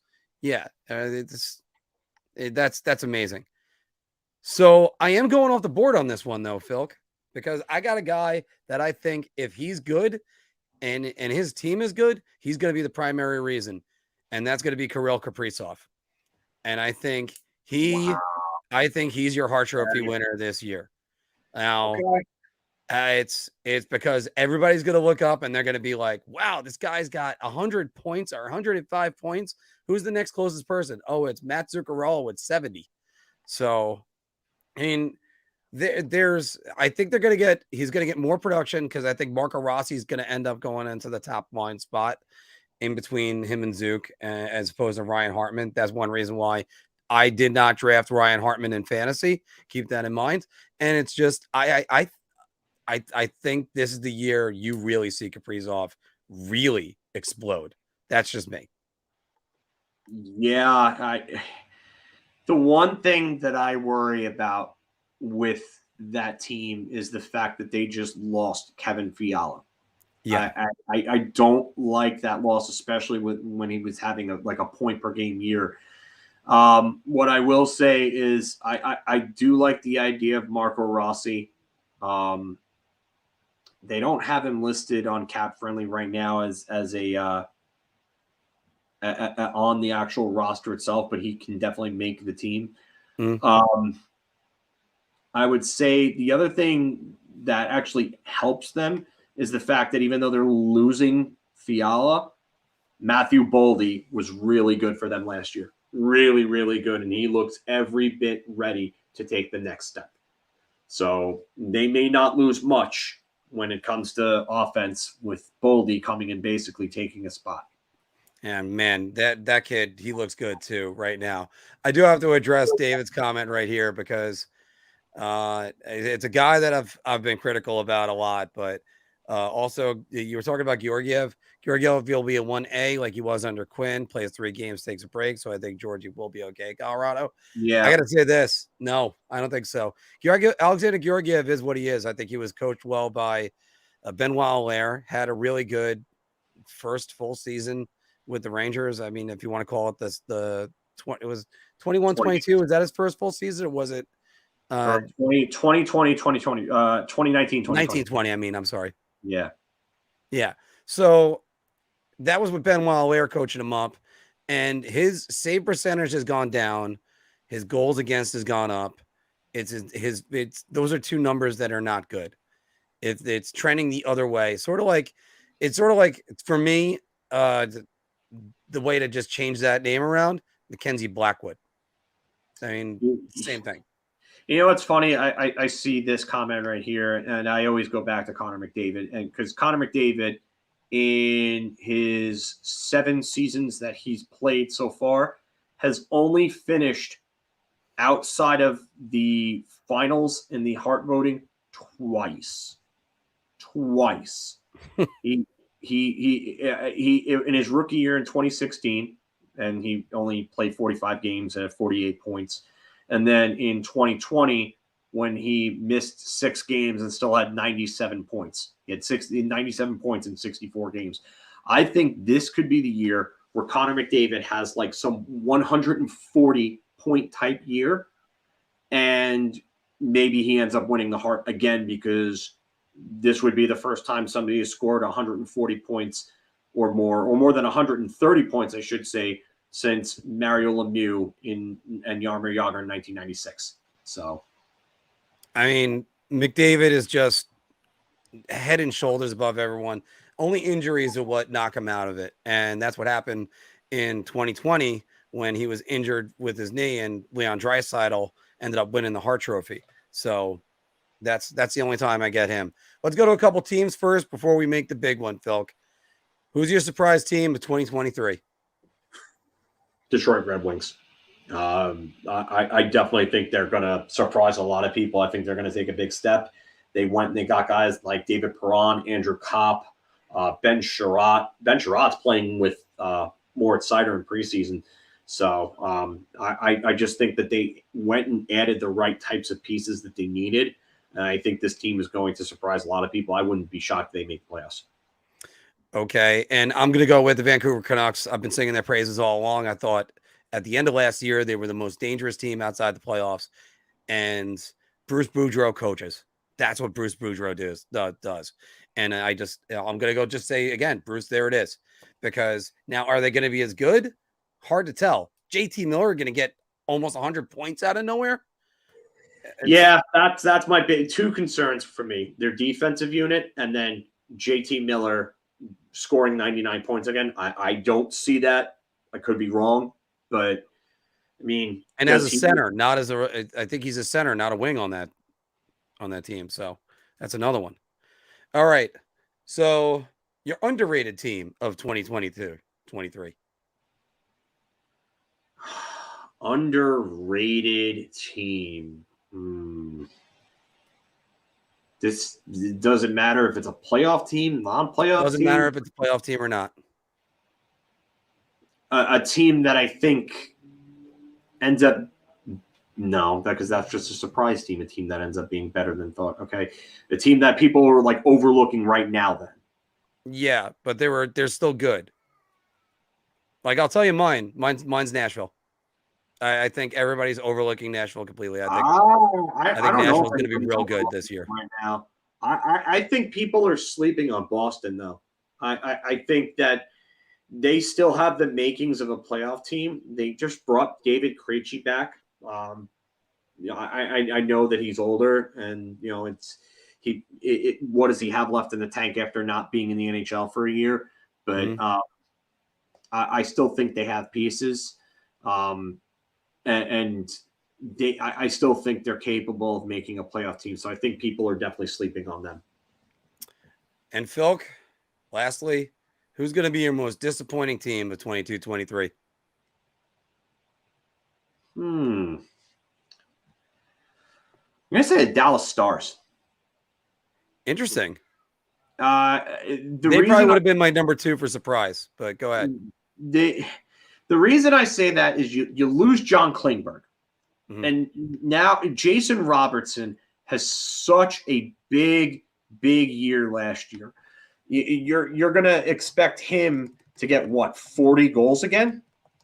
And that might be a tall order. I mean, you're looking at, so let's take a look at what they did last year in terms of scoring. Yeah, Robertson had 41 goals in 74 games. He was a point per game at 79 points. Now you're talking Joe Pavelski is a year older. Tyler Seguin going to bounce back? Rupe Hintz had 37 goals and 72 points. Huge year for him. Tyler Seguin's only 31, and he had only 24 goals and 49 points last year. Is this the end for Seguin as like a top level player, or does he bounce back? Jamie Benn looks like he's just done. I mean, he had 46 points in 82 games last year, and he hasn't come anywhere close to like where he was like years and years ago. Ever since 2018, he has just been on a big downslide. So you lose John Klingberg on top of that. So that's big offense, a big chunk of your offense that you're losing because he's a 50, 60 point defenseman right there.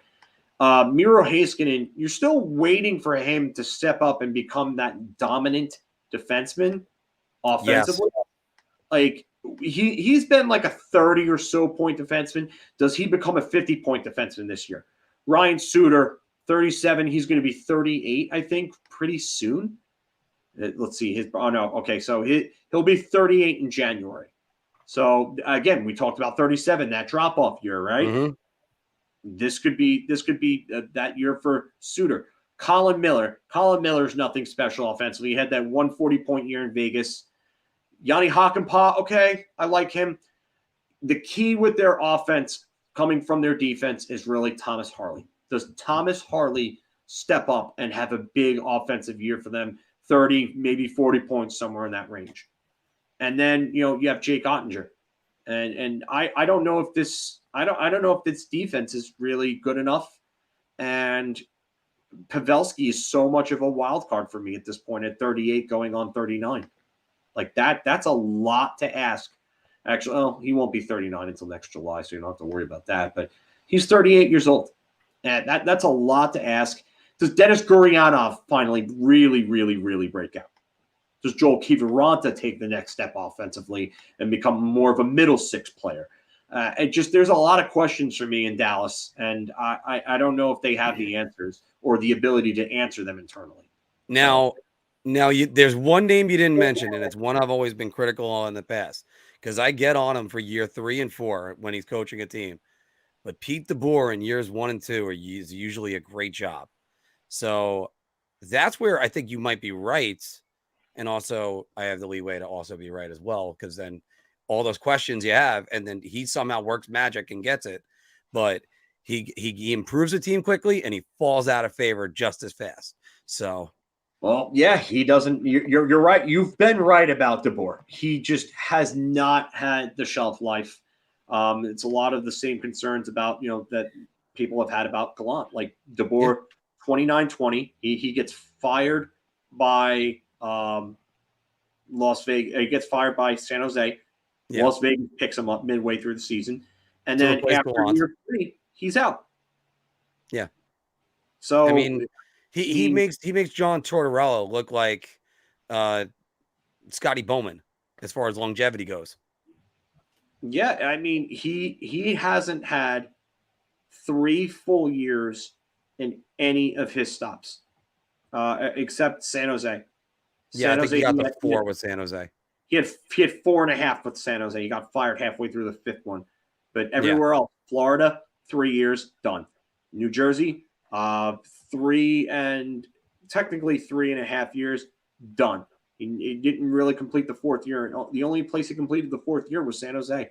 So let's see what happens. Because I believe they got to the Stanley Cup Finals the 2 years before that, and then in the 4th season, that was where they made the epic comeback against Vegas. Yeah. Yeah, and that's the reason he probably got that extension, because the first year he went to the finals, just like the first year in Jersey, he went to the finals.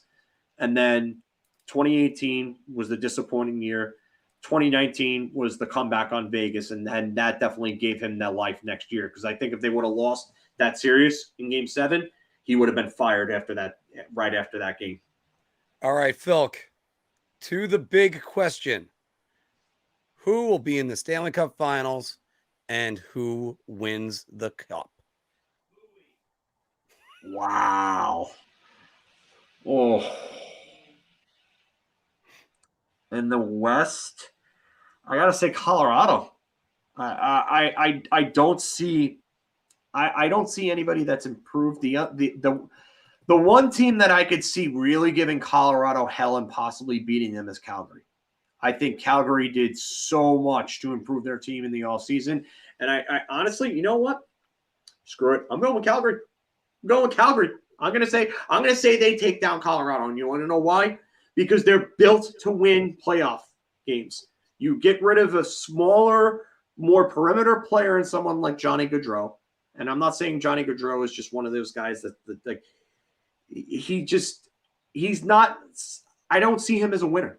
I don't see him as a guy that wins come playoff time, because when the games get rougher and they get played more physically, he seems like one of those guys that just disappears. So yeah, getting rid of Tkachuk hurt, but they bring in Jonathan Huberdeau, they bring in Nazem Kadri, they bring in Mackenzie Weegar, and some of the younger guys on their team are a year older. So now you have a 1-2 punch down the middle of Elias Lindholm and Nazem Kadri with some of the wingers that they have and the defensive unit that they have. I mean, I really like that defensive unit. I really do. You're adding Mackenzie Weegar to guys like Rasmus Anderson, Noah Hannafin, Chris Tanev, who, if he could stay healthy, is actually really good. Nikita Zadorov. His injury was one of the reasons why they lost to Edmonton last year. Yeah, and Tanev is a solid shutdown defenseman, top 4 guy if he could stay healthy. But that's been his issue for his entire career, his health. And then I like Oliver Shillington and Juuso Valimaki. I like the two of them, and I think they're going to get better. And Jacob Markstrom has become one of the best goalies in the league. So I just think that Calgary and St. Louis and Colorado are probably the 3 most balanced teams from head to toe in the league right now. So it's really amazing. It really is, because I remember being on here the night that Gaudreau left to Columbus, and now you look at the way this team has been reshaped, and I can't help but look at them and say, that's a fucking Daryl Sutter team. And that team is it is going to be very scary. You're talking about Lindholm and Kadri, and the first thing he asks his centers, play defense. And no more Sean Monahan. They don't have that distraction anymore. They don't have and I mean, not necessarily distraction, but you know what I mean? It's like, is he coming back? Is he not? Whatever. Now they got Jonathan Huberdeau, who's arguably the better version between him and Gaudreau. And I mean, now you don't have maybe Matthew Tkachuk was a little bit more of a distraction than what people thought, because he had his contract up and everything. But you said it best, Phil. Elias Lindholm, number 1 on my most underpaid players list. Now you got Mackenzie Weegar, who's going to jump into play. Their defense is just, that looks like a Daryl Sutter defense too. Like, think about LA. I think they recreated the LA Kings. Now, are they going to have, especially with Tyler Toffoli on the team, but are they going to be are they going to have a dominant player outside of Huberdeau? No, but do they need one? I don't think they do. No, I'm picking the Calgary Flames to go to the Stanley Cup Finals. You know what it is with them? It just, you look at the guys, and if Nazem Kadri stays healthy, that's going to be a big thing for them. And you've got guys that play playoff style Sutter hockey, like you're saying, like Kadri plays that type of game. Huberdeau can play that type of game, but he's going to be your offensive guy. So you're not going to want to really tweak with his game too much. But Mangiapane, that's a lunch pail type of guy right there. Tyler Toffoli, lunch pail type of guy. These and Toffoli has been a Sutter guy, so he knows what it's going to take to win the cup and give you what Daryl Sutter wants. So I mean, Mangiapane 35 goals last year, 35, and he shot 18.9%. But he's another one, gets a lot of his chances in high danger areas. So that, even though that shooting percentage may regress a little bit, he could still probably hit 30 goals just because he goes those dirty areas to score those goals. So, I just think that they have a lot of guys on that team up and down. Blake Coleman, 2 Stanley Cups. Yep. I mean, and then you have and they signed Kevin Rooney, which I thought was a good signing for them. You have Trevor Lewis as another 4th guy, another Sutter guy from the LA teams, knows what it takes. Radim Zohorna, not a bad little pickup for them. I mean, and then you have someone like Dylan Dubé, who they've been high on for years, and they're just waiting for him to take the next step. Does he become a core contributor there? That's a question. But again, he's in a position. Look, 18 goals, 32 points from him last year, and so he's starting to enter his peak years at 23, going on 24 years old. So he's actually 24 now. Just turned 24 in July. Sorry, but that's somebody who you probably could get more of. So, and I don't know if I agree with this at all. I really don't. Musics. I usually I'm usually in agreement with you on a lot of your takes, but I don't see Jacob Markstrom being quote unquote overworked when he's made. Let's see here. 43, 40. Backup goalie Dan Vladar. Yeah, Dan Vladar is the backup. I mean, I don't mind Vladar. He's all right. They could have done better with the backup, but yeah. Markstrom played 63 games last year, and he had a 2.22 goals against and a 9.22 save percentage. I would say those are pretty damn good numbers, and I don't think he's going to be overworked because I don't think he's going to play that much more than 63 games. You could be worried about that with Igor Shesterkin, by the way, but I think that's the reason why you have Yaroslav Halak in there to be I don't the think guy you're that's going to worry about everything. That with Shesterkin. By the way, I also see all the comments there. We're going to get to those in literally about 2 to 3 minutes, if not 5 minutes. So, Filk, who's playing against Calgary in the Stanley Cup Finals? The East is a real crapshoot for me. I know people want to talk about Florida and, they went and they got Matt Tkachuk, and I do like their forward group still, even after the Tkachuk trade. I think that they have the right guys in place there with, Barkov, Tkachuk, Reinhart, Sam Bennett, Anthony Duclair, Anton Lundell. I like Ryan Lomberg in a bottom 6 role. Carter Verhaeghe is a really good middle 6 player. Patrick Hornquist still has a little bit to give, even though I think he's overpaid at $5.3 million. But to me, it's their defense. Their defense just looks terrible after Ekblad and Montour. I would say even you want to say Forsling. Okay, Forsling's decent. Decent. But Radko Gudas, okay, he's gritty, he's physical. He'll keep people honest, but he's not really a good defender. Then you have Gabriel Carlson and Mark Stahl. I don't like that. Yeah, that's not really comforting for me either. Yeah. I mean, that's the reason why I'm sorry I have to say this. I'm not trying to be a homer, but it's Calgary versus the New York Rangers. And you know something? Unfortunately, I have to say Calgary again. This was my prediction, by the way, last postseason. But I don't see the team that's beating the Rangers at the moment, and it's not because I'm trying to find the reasons why. I don't think Carolina's going to make mistakes coaching wise in the playoffs as good as Rod Brind'Amour is. He had the Rangers on their knees, and Pittsburgh, something's missing. I think they're all going to get out there in wheelchairs. I keep on saying it like that because they're the oldest. They're so old. Evgeny Malkin is a big health risk at this point. He really is. I agree with you on that. I just think that Pittsburgh always finds a way to get it done. Yeah, but I don't see them doing it in the playoffs. They haven't won. If they haven't won a playoff series unless they've won a Stanley Cup since 2014. That's weird. Wow. Yeah. Yeah. The last time they won a playoff series in a non-cup winning year was they beat Columbus and then lost to the Rangers. No, yeah, I know that, but 2018. Who did they hold on? Ah, crap. They lost to the Capitals in the second round. Yeah, because the So they've won one playoff series. It's winning 2 Stanley Cups. Yeah, so, I mean that's not good. Yeah, they beat the Flyers and then they lost to the Capitals. Yeah, so that's why it's always good to have assistants or people that are yelling at me in there.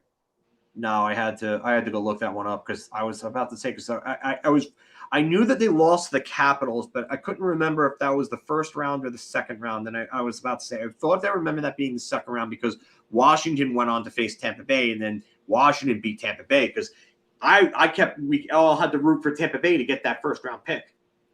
Yeah, that extra first round pick that year. So yeah. And then Ovechkin wins the Stanley Cup on my birthday. No. I'm gonna cut you off right here. I'm gonna cut Dave off right here. Markstrom did not lose to Mike Smith in playoffs last year. He lost to Connor McDavid and Leon Draisaitl. Let's not get it twisted. Because Mike Smith. Let's also say something else with that. Mike Smith was atrocious in that series. Huge. Chris Tanev being out for them was huge, Filk.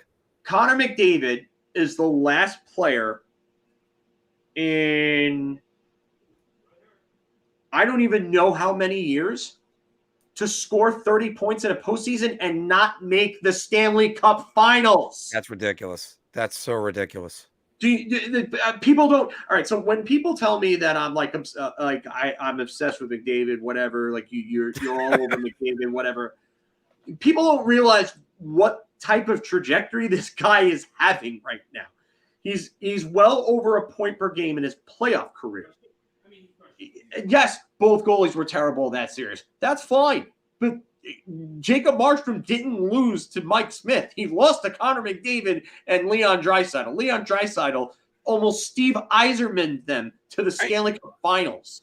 Chris Tanev dumped the puck from 3/4 of the ice and scored on Mike Smith. Yes. Yeah, there we go. We all saw that. Yeah. That was much worse than Mike Richter's 200-foot goal against Darian Hatcher, I think, in 94. Kevin Hatcher. Thank you, Kevin Hatcher. Yeah, Kevin was on the Capitals, not Darian. Yeah. Darian was the star. So much information in here, and I haven't even started drinking yet. No, so. and you know what the worst part about that? Actually, the worst one I think I've seen with that was either in the playoffs. It was Lidstrom and Cloutier in 2002. The 60-foot slap shot, or during the regular season, Rob Davison on Vesa Toskala in that Islanders Leaf game in 2008. That was terrible. Jeez. Yeah.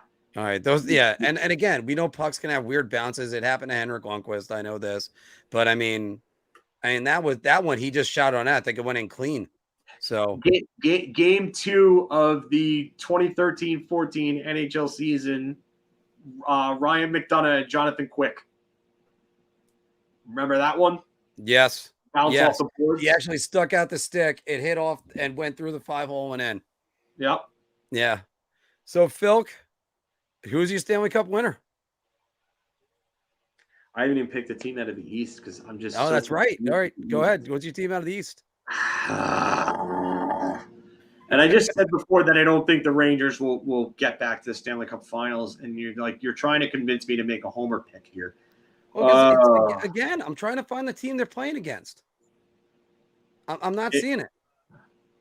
I think if the Rangers make deadline moves and they go and get like a big right winger, it doesn't even have to be Patrick Kane necessarily, but like if they go and they get a big right wing, sniper or just a facilitator on the right wing, to help them out and to play with Zibanejad and Kreider if Lafreniere doesn't end up kind of figuring it out there. They would be a really, really, really tough team to beat. I do agree with you because you're facing Igor Shesterkin in a 7-game series. And you saw what happened to two different teams that thought that they had Igor Shesterkin figured out in a 7-game series, and they lost. And I thought he was gassed. I thought he was done. Yeah. So,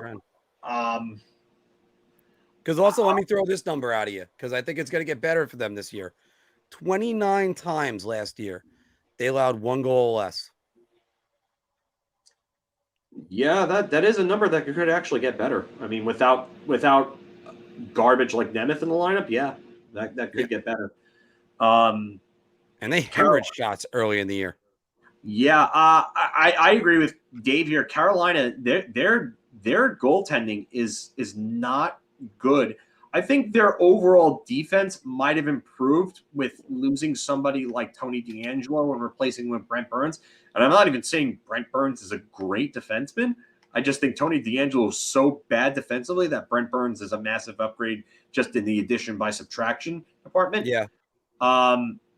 Like he won his Norris because of offensive stats more than anything. Yeah, he didn't win because of his defense. Jacob Slavin's one of the 3 best shutdown defenders in the league, bar none.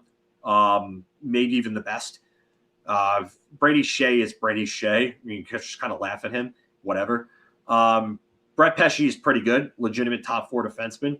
But Ethan Bear, Calvin DeHaan, Grigory Dronov, Dylan Coughlin, Jalen Chatfield, none of these guys do anything for me after that. So I don't know how Carolina really is on defense overall. And then replacing Trocheck, remember that. Yeah, and then you now Jordan Stahl's got to step up and either be the second line center, or is it Paul Stastny as the second line center, or is Marty Natchez going to abandon right wing and play center? Or is Seth Jarvis going to move to second line center? I mean, Seth Jarvis is really a right winger, but I mean, you're not. I don't think you're going to move him off right wing. But again, I wouldn't do that either. That top line was so good. Yeah, but they're also like $4 million over the cap. So I mean, and Jake Gardner's going to get LTIR, so that'll be figured out. And Max Pacioretty is going to be on LTIR to start the season, so they'll actually be fine there. But I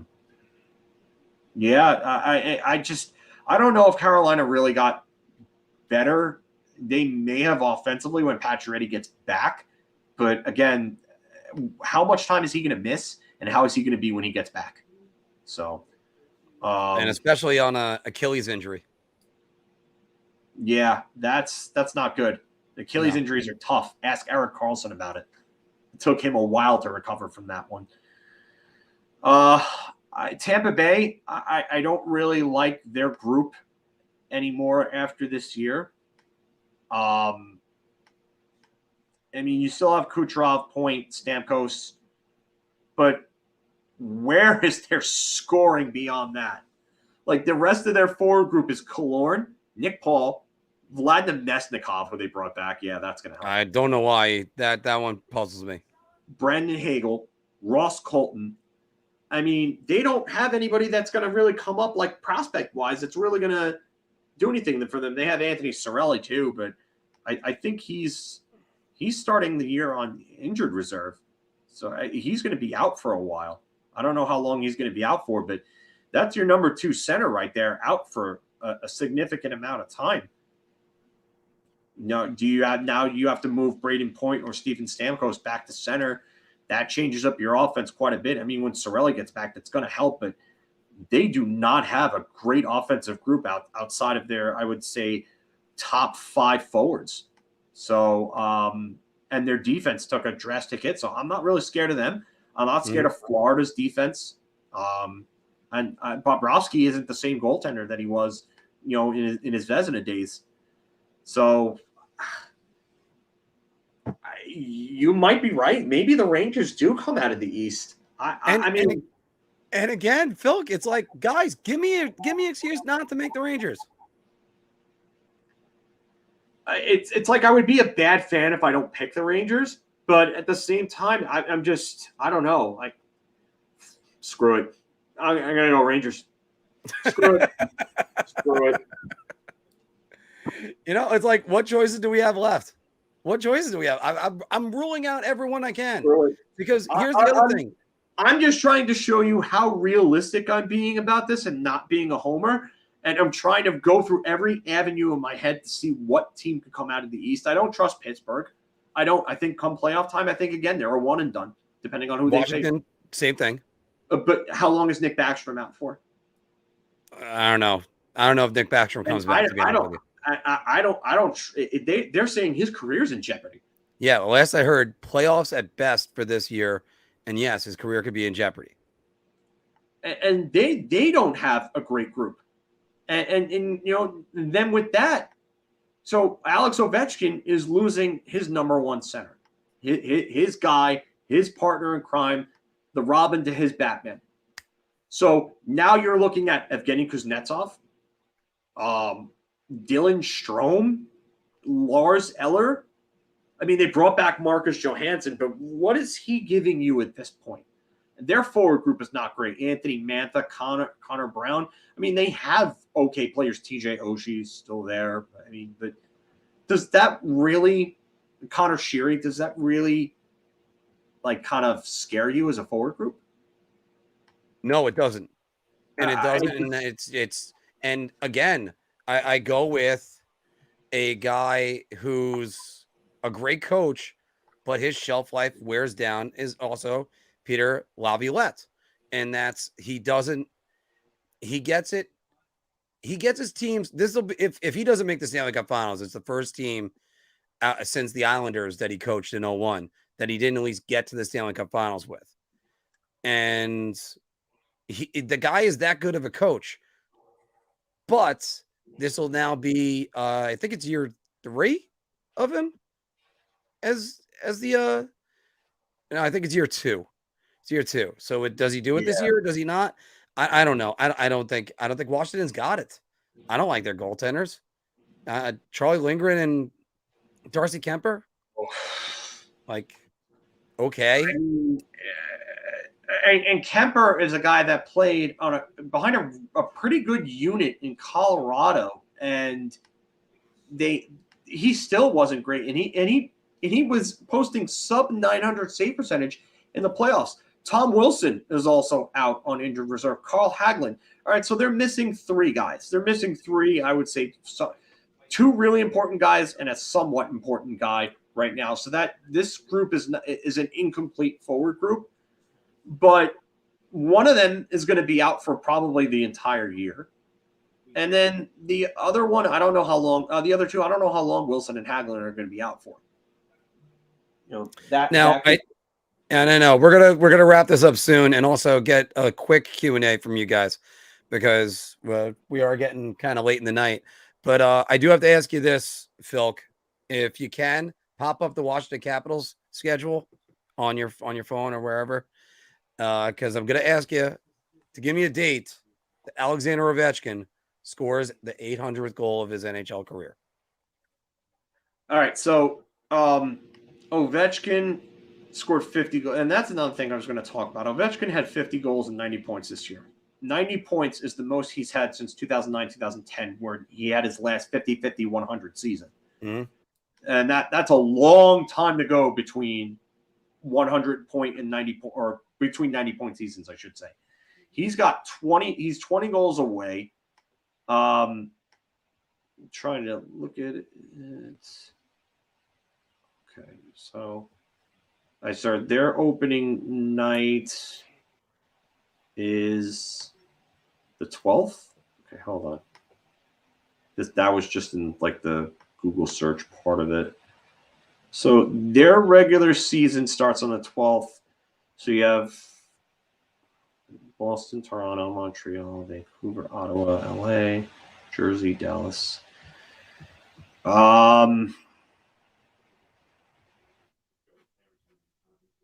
I say you're probably looking sometime around, I would say, the middle of December.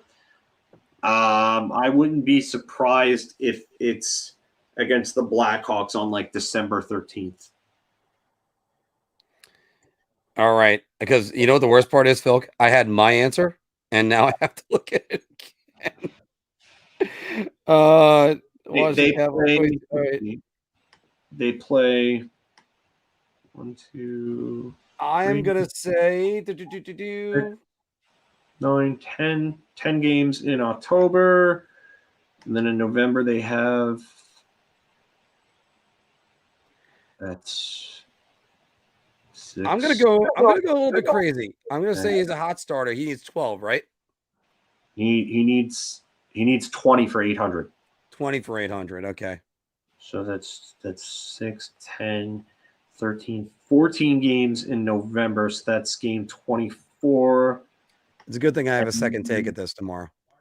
And then there's 25, 26, 27, 28, 29, 30, 31. Yeah, I'm gonna say that he breaks it on screw it. December 13th against Chicago. That would be game 31. All right. I like it that you said that. And I was going to go a little bit more conservative and say the first game back from Christmas versus the New York Rangers on December 27th. So, yeah, that's a good pick too. Because he loves to score at Madison Square Garden. That's what Alex Ovechkin loves to do.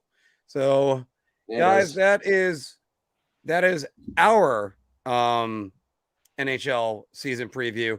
Like I said, good thing I get a second take to do this. I get to do it tomorrow with Anthony and to get his answers. And then I'm going to combine these two so that way you guys can actually watch this all as one video in case if you're not watching it right now. Oh, crap. Aaron Judge did it. I was about to break that news, but fortunately, Phil Curry did it. Yes. Yes. Let's go. Home run king. All right, baby. So, yeah. So when I get this down, that's so he is the home run record holder for the American League. Phil, I'm going to ask you this question in a second. Home run 62. There we go. Congrats to Aaron Judge hitting home run number 62. And of course, it has to happen while we're on the air. Thank you, Aaron. Yeah. So, Phil, let me ask you this question. A lot of it was made by the Maris family about that he should be the true home run record holder. What do you think? Yeah, absolutely. Absolutely. Bonds cheated. And yeah, a lot of guys were doing it back then, but Barry Bonds doesn't hit 73 home runs. Mark McGwire doesn't hit 70 home runs. Sammy Sosa doesn't hit 66 home runs without steroids. They just simply don't. And I'm not gonna lie. A lot of that was fun. It was great to watch. It helped save the game, but it was great with McGwire and Sosa. It wasn't great when it was Bonds. Yeah, well, McGwire and Sosa, just 98 was just such an awesome year for baseball. It really was. Oh God, yeah. That was really, really a fun time to be a baseball fan. But I would say, if anything, that it was fun to watch. But looking back on it, Aaron Judge would be the guy. 17. Well, first off, again, congratulations to Aaron Judge. I think that this is one of the times that there isn't anyone even close to him. Because what people might forget is Sosa and McGwire were going back and forth. Bonds had Luis Gonzalez. Maris had Mantle.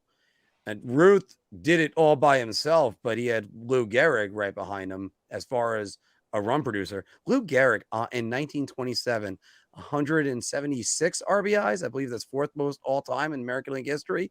He had a 186 RBI season, I believe. He did that afterwards. Yeah, he's got more than that. Hack Wilson, I think, is the record. 191. 191, yeah. So he actually got an extra RBI about 80 years later, by the way. Hack Wilson? Wow. I did not know this. Yeah, they went through the record books. That's why a movie like, by the way, Mr. 3000 exists, because they go, wait a minute, those weren't hits. You know what? I'm gonna cut you off. This right here. Okay, I totally agree that Bonds and Clemens should be in the Hall of Fame because they had Hall of Fame careers before steroid use. And then we know when they did steroids. You can tell when they did steroids. When Barry Bonds came back and was twice the size and his head grew, you knew he was doing steroids. So Barry Bonds, what he did in San Francisco up to 2000, you know was clean. It was 2001, or even if you want to point and say 2000, when he came back in 2000, and he was a little bigger, and he hit 50 home runs for the first time in his career in 2000. You want to say 49 he had that year. Yeah, but exactly what you're pointing at. Keep going, Filk. But Barry Bonds, up to that point, was I believe, a 3-time MVP. He had over 400 career home runs. How many Gold Gloves, Silver Sluggers? Barry Bonds would have been one of the best players of all time without steroids. Didn't need him. And the same for Roger Clemens. Roger Clemens didn't need steroids. He didn't. He was on a Hall of Fame trajectory, and it's sad, but they did it. But Aaron Judge, to me, is the real home run king. Sorry. And let me just say this, though. Unfortunately, I think the key words of that sentence is to you, because first off, he already is. He's the American League home run champion. There is nobody that can take that away until it's done again. First things first, you can't overlook the fact that the balls went over the fence, and you also can't help but argue this. You don't know about the pitchers that were on steroids at the times when Barry Bonds was hitting those home runs. But I gotta agree with what Filk said. And first, let me start with Mark McGwire, who is probably I still love Mark McGwire. I still do. I watched him as a rookie, hit 48 home runs. I love this guy. He was such a great character, great cameo on The Simpsons as well. So same thing for not so much Roger Clemens. I was going to give Roger Clemens a credit on that, but no. But okay, for Filk, Mark McGwire definitely would not have hit 40 home runs. 66 or 70 home runs without steroids. And he was injured a lot. And that's where you hear the guy say, I was just trying to get back to my team. Well, you're doing things to make sure you get back to your team by cheating. So there you go. Unfortunately, that's how it is. So I don't want to ever hear that from any player. That being said, Barry Bonds, Gary Cohen said this in like the mid 2000s. Barry Bonds is an American tragedy because that guy was the greatest and was going to be, he was already an all MLB Century Team player. And he took steroids. He was at the top of his game. And my goodness. And there are guys that even say it to this day. Everything about it gets better. Your eyesight gets better. And your eyesight is probably the most important thing to a baseball player, so you can find the seams faster. I mean, do you think Ken Griffey Jr. wish he took steroids? Whether or not you believe he did or he did, I don't think he did. No, I don't think he did. What about, we can go with a lot of guys that are in there. So again, look, I think, by the way, there is something driving Aaron Judge this year, and it's not steroids. It's because we'll say it's need a new contract-itis. And there were so many times. I mean, Aaron Judge, I don't think gets this record if this contract wasn't coming up, because there would be times where the Yankees walk up there and go, you have to take a day off. Fuck that. I ain't taking a day off. I need to get paid. And Aaron Judge also, by the way, far and away, the Yankees' most critical player this year and for the last few years. And it would be nice if the Yankees can at least pay for his chiropractor bills, because since he's carrying them on his back, but pay that man his money. So yeah, Teddy KGB. Yeah. But it just, I mean, I'll say this. I don't care that the guys did the steroids because everybody was doing them. But the only thing I will say in regard to that is that when you let David Ortiz in, you have to let all of them in. Yep. Unfortunately, I have to agree with that. One of them in, all of them go in. Palmero, Sosa, all of them. They all Actually, go let in. let me correct it. Let me not say it's Ortiz. It's Rodriguez. Not Alex Rodriguez, Ivan Rodriguez, who acknowledged that he did steroids. And once you put him in, now you got to throw everybody in. Yep. Everybody else has got to go in. And Ortiz was caught. He was caught. He failed the test. He was caught. He could say whatever he wants about whatever procedures and all that other garbage. He was caught. He was caught. There's still 100 names left on that list that still haven't been revealed. And trust me, there are names that I would not be surprised are on the list. Let me get one of them way out of the way. Mariano Rivera is not on steroids and never was. Yeah, so, that's definitely not the case. Mariano Rivera could tell you the cutter was coming. You're still not hitting it. Yeah, exactly. You still weren't hitting that thing. It didn't matter. It wasn't about the speed that it was coming at. It was where he located it and the spin on it that he came in with, and the bats that were broken. So it doesn't matter. And I mean, I still love the trivia question. I love to ask at the bar, Filk. So when people want to be like, oh, who's you're the trivia guy? I'm a Yankee fan. Give me a good one. Who's the 2 home run? Who are the 2 players that hit the 2 postseason home runs off Mariano Rivera? 2 players in the postseason. It's not Luis Gonzalez. The first hint I usually give is at one point in their careers, they were Mets. Ooh. What am I blanking here? I feel like I should know this, but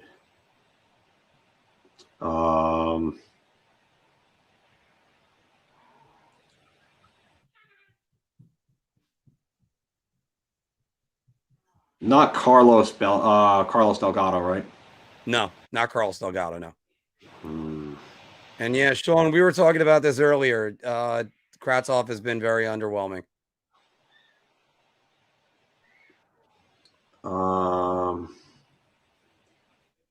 Season home run.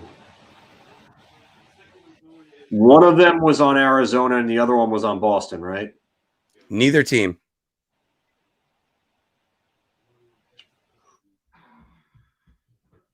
One was on Florida. John D. Lee, how you doing? No.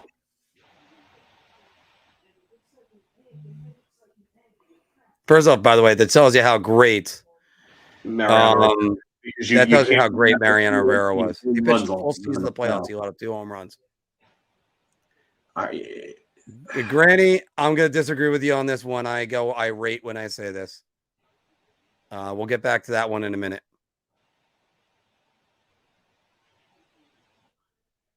I give up.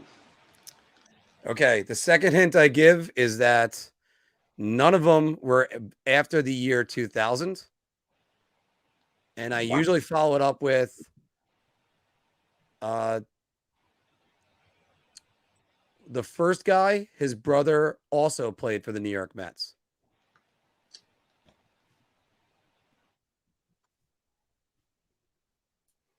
This is John D. Lee, thank you.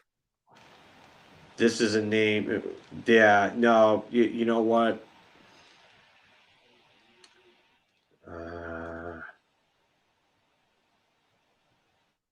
Carlos Baerga? It was by someone on Cleveland in 1997. Sandy Alomar Jr. That won the division series. Oh, wow, yeah. Oh, Granny, I'm going to come back to Pete Rose in a second. So, because I get animated with it. That was the last one then, right? He was the first. That was 1997. He played for the Mets in 2007. No, I know that. Was still a coach. So the last one is still in the year 2000. The last one is in the year 2000. Was he on the Mets when he did it? He could have. He did play against the Mets. It's not Piazza, right? It's not Piazza. Edgardo Alfonso? Nope. Alfonso was on base. Piazza homered off of Jeff Nelson earlier in that inning. So now I'm telling you, it's the Mets. Yeah, I figured as much. It's not Jay Payton, right? Ding, ding, ding, ding, ding. It is Wow. Jay Payton. Jay Wow. Payton with a 3-run home run. Wow. I can't believe I got that on a guess. Yeah. That's a total guess. I believe I think Ventura struck out. Zeal walked. I think Agbayani had a hit, and then it was Payton with the home run. So, yep, there is John DeLay saying, there's a reason why you're holding the belt, John. And unfortunately, Phil, we're trying to wrap this up, and we're supposed to take more hockey questions. Thanks for breaking this news, Aaron Judge. But Phil, I got to go back to this one because Granny got me on it. Where is it? Oh, here it is. Pete Rose should be in the Hall of Fame. Your take on it first. Yeah. By the way, NP, this is the first time we're seeing you on here. Welcome to the show. No, Nick is a long time. Nick is a long time viewer. All right, then in that case, yeah, Nick's a long time for you. viewer. Nick actually, we met Nick at the preseason game last year. Oh yeah, okay. He was hanging out with us outside. So all right. So Phil, your thoughts on Pete Rose? Absolutely Hall of Famer. There's no reason he shouldn't be. I hate the fact that he's not in the Hall of Fame. And he bet on the game. One, you have no proof of what. If he was throwing a game, okay. But there's nothing that they've shown that's found that he's throwing the game. So why would you not want to bet on your own team to win? If he was throwing a game, okay, fine. It's not like the Black Sox scandal. That's completely different. This is a completely different story. I'm all for Pete Rose being in the Hall of Fame. And I think it'll happen after he passes away. You ever bet on a game or fantasy football? Yeah, I played fantasy football a lot of times. I played fantasy hockey too. What's up? Scream at the TV when you need a guy to do something? I scream at TV when I don't bet on it. That is true. I am his bartender. Yeah. Phil, now imagine you're the manager of that team. Now imagine I'm trying to think of a guy that pitched for them back then. I think it was Kenny Rogers pitched for them during Pete Rose's time. And he bets on Kenny Rogers. And he just comes in. He just doesn't have it that day. Skip, I don't have it. Come on, Kenny, I really need this. All right. Well, he finally takes him out of the game, walks over and uses a reliever that's been pitching 3 straight days and jeopardizes his career or stretches things a little bit too much. You're a manager of a team. You shouldn't be betting on the fucking team you're managing. It's a conflict of interest. It's something that shouldn't be done. Now, by the way, I love the argument. You bet on his team to win. Did he bet on him 161 games? He did not. No, he did not. He did not. So in that case, as soon as you don't bet on your team, you're telling everybody else you have no confidence in them. That's what you're doing with that. So again, it's inside information, however you want to slice it. Was he a great player and a great hitter? Yes. But the one thing you had to do was just not bet on your team. Nobody put a gun to his head to bet on baseball. Actually, so why should what he did as a manager take away what he did as a player? That's the argument that I have in all this. Because there's a lot of people that are saying that he did it as a player too. There was evidence that Dowd found that he was there. Here's what's going to happen. Pete Rose is going to pass away. And then they're going to put him in. That's what I literally just said before. They're going to put him in posthumously. And if you forgive Pete Rose, Shoeless Joe Jackson deserves to be in. And by the way, Shoeless Joe Jackson, if you haven't seen the movie 8 Men Out, great movie. Probably one of the most underrated baseball movies ever. Phil screams at the TV when he wakes up. Probably. It's just they made one rule that you can't bet on baseball, and he broke the rule. That's why was he great enough to be? I don't know. I don't know. We're going to find out about it because I still don't think he should. This is like the least worked up I am on this. If you guys remember, I was on this with Evander Kane when there was rumors of him betting on the game. So, Phil, we're going to go with a couple quick questions before we get off. How many points for Vinny Trocheck this year? 51 last year.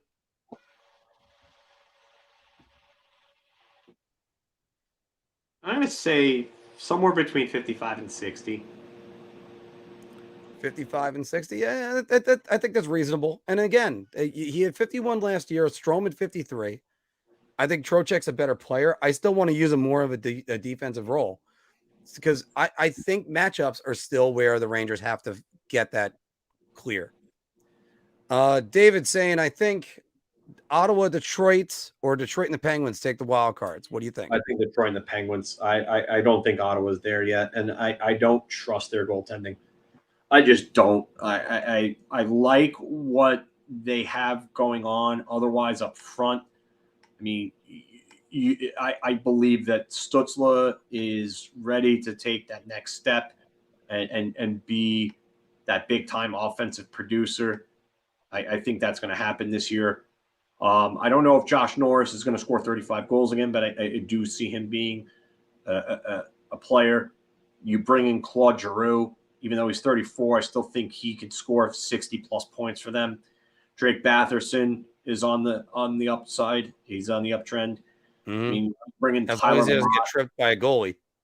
Yeah, I mean, Tyler Mott you brought in for your bottom six. Dylan Gambrell, Austin Watson. I like those guys in the bottom six. Matthew Joseph's a good middle six player. Shane Pinto is another guy that can come up. Alex Fermenton, he needs a contract, but I think they're going to give him a deal and he'll be good. And then their defense, another guy that we haven't talked about for rookie of the year for Calder, and I could honestly see him being a guy that could win it as well, especially if Ottawa somehow makes the playoffs, Jake Sanderson. Yes. Sanderson is a phenomenal skater. He really is. And he's good defensively, played at North Dakota, my favorite college program. Probably better skater than his dad, and that says something. Yeah, I think he might have better edge work than his dad did. His dad might be a faster straight line skater, but I mean it's still close. And I think when it's all said and done, Jake will probably be the better skater of the two. But Jake is really, really good. By the way, David did also point out Toronto and Edmonton. Canada wins the Stanley Cup. What do you think about all those two teams? Yep, I'm having that trouble too. When it comes to Toronto, by the way, I think they got the third best odds to win the Stanley Cup. What the hell is Vegas smoking? Because Phil, can you even think of a team that made the Stanley Cup Finals without winning a playoff series in the previous 5 years? It's the same group of players. I mean, I like that they added and worse goaltenders. Calle Jarnkrok and Nicolas Cavell. I like those two additions. I really do. But secondary scoring has been an issue for Toronto. I mean, Michael Bunting had a really good rookie year, even though I wouldn't consider him a rookie by real standards. It's still essentially the same core. I mean, Rasmus Sandin just got his new deal. It's the same defensive group from last year. And Mark Giordano's still there, but he doesn't have much left in the tank. You got Zach Aston Reese on a tryout. He could be a bottom six, fourth line guy. But Murray and Samsonov, they got worse in net. You got to hope Samsonov just all that training he did with Shesterkin actually picks up his work ethic. See, the difference between Samsonov and Shesterkin is both of them got all world talent. Shesterkin's got it up here. Shesterkin does whatever. Shesterkin's got it up here. Samsonov, he gets lazy at times. So I don't know if it's lazy or if it's just the fact that he's just not as good as many thought as a prospect. Like, remember how hyped up Yaroslav Askarov was? Yep. In his draft year, and his development has not gone nearly as well, and he didn't look good in the World Juniors. The last one he was in, I mean, I don't know. I I don't buy Washington in net, and I definitely do not buy Ottawa in net. Ottawa is just, oof. That goaltending is bad. Can it be supported with a better defense in front? Sure, but Toronto, they got even worse. I don't even know how they thought Matt Murray was a better idea in net than Jack Campbell after the years that Matt Murray has had recently. Yeah, I know. And again, he's not healthy. That's his number one problem. If you can't replace games you don't play. That's why sometimes when people go, "Oh, this guy, he's just injured a lot." Yeah, you can't replace games you don't play. Like Wayne Gretzky versus Mario Lemieux. Mario might have been a better player. Wayne Gretzky is the best of all time because Gretzky played his games. Mario didn't. Now, granted, part of that had to do with cancer, but still, it's like. It's still, you got to be on the ice to play the game, unfortunately. Yeah. It sucks. I would never wish cancer on anyone. I've lost so many members of my family to cancer, but like you gotta be on the ice to play the games, and that's the big drawback with Mario when it comes to the argument of Gretzky.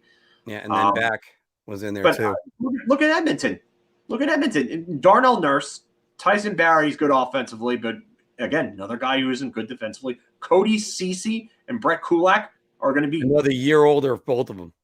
Yeah, well, neither of them are over 30, but they're still not. Cody Ceci's like, okay.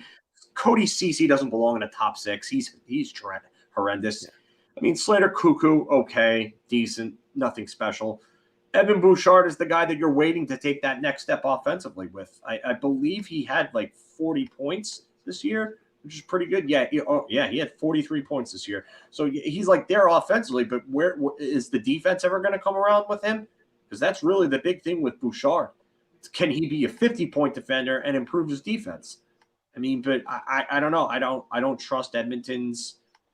I don't trust their group and their forward group. They lack scoring depth. So you got your big guns, McDavid, Draisaitl, and then Nugent Hopkins. And you have Kane, Yamamoto, Jesse Puljujärvi. They brought in Warren Fogle, which was decent, but I mean, Zach Hyman's all right. They still need help. They still need another scorer, I would say. Another legitimate scorer there. By the way, just to throw this one out, because I never got to get your opinion on it, but Nils Lundkvist scored the other night, as Steven mentioned when he saw us. Yeah, power play bomb. Yeah. What are your thoughts on him and the trade? I love that trade because they ended up getting a first rounder for a guy that wanted out, and nobody thought that they were going to get that. But Dallas saw a guy that they thought was ready, that they were willing to give the chance to because they had the ability to give him a chance. And you know what? I think this is going to be a trade that'll work out for both teams. Best of luck to Nils Lundkvist in Dallas. I have nothing but nice things to say about him, and I hope he succeeds there. I just hope that when the Rangers face him, the Rangers get the best of him, and that's it. Yeah, and again, there's not a lot of animosity on this one. It's not quite say what a lot of other situations have been in the past, but it's good for Nils. The Rangers got a first-round draft pick, and as David said right here, hope they get the 10th. Dallas has the 11th worst record, so that way they can at least get the best draft pick out of it. Yeah. I listen. I totally agree.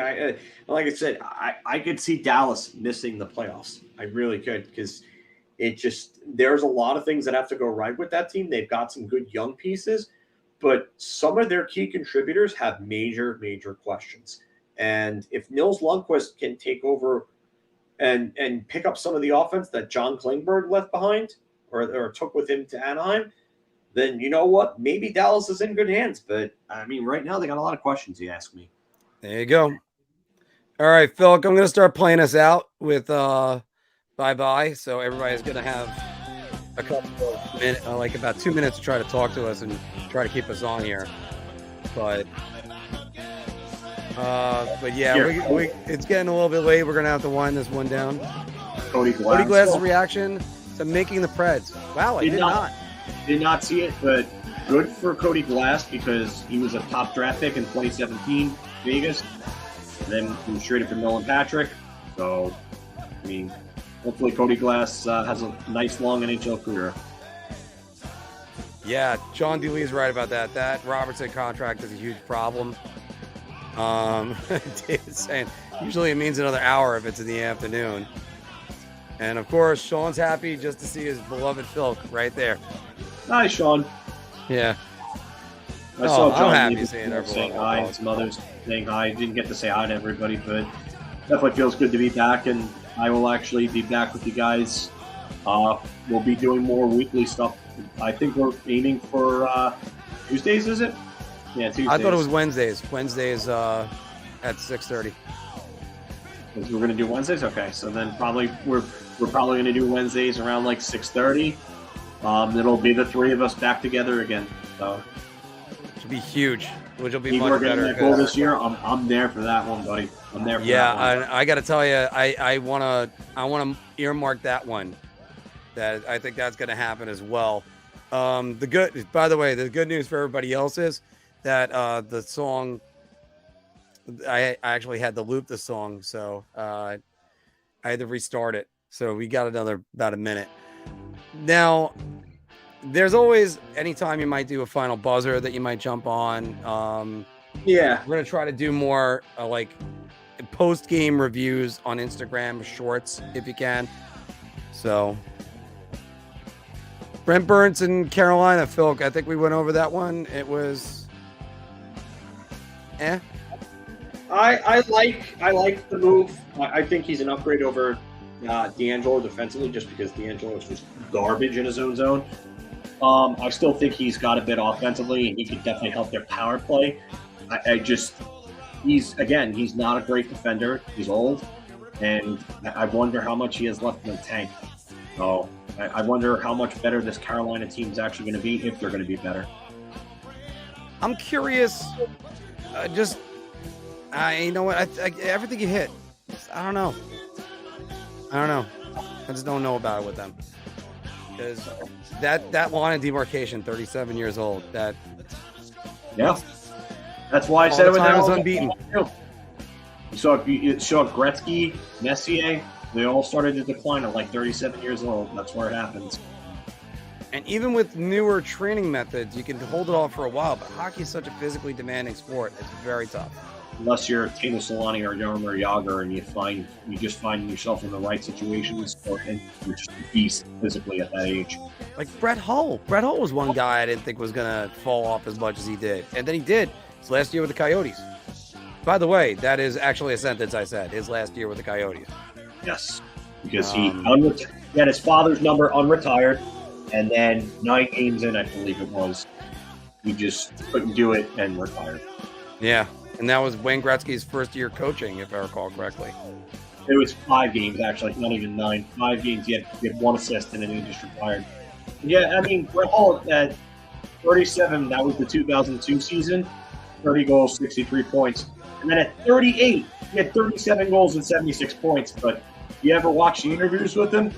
He thanks one man for that. You know who that man is? No, who is it? Pavel Datsyuk. Oh, yeah. He said Pavel Datsyuk was the most skilled player he ever played with and made those last years a lot easier than they could have done.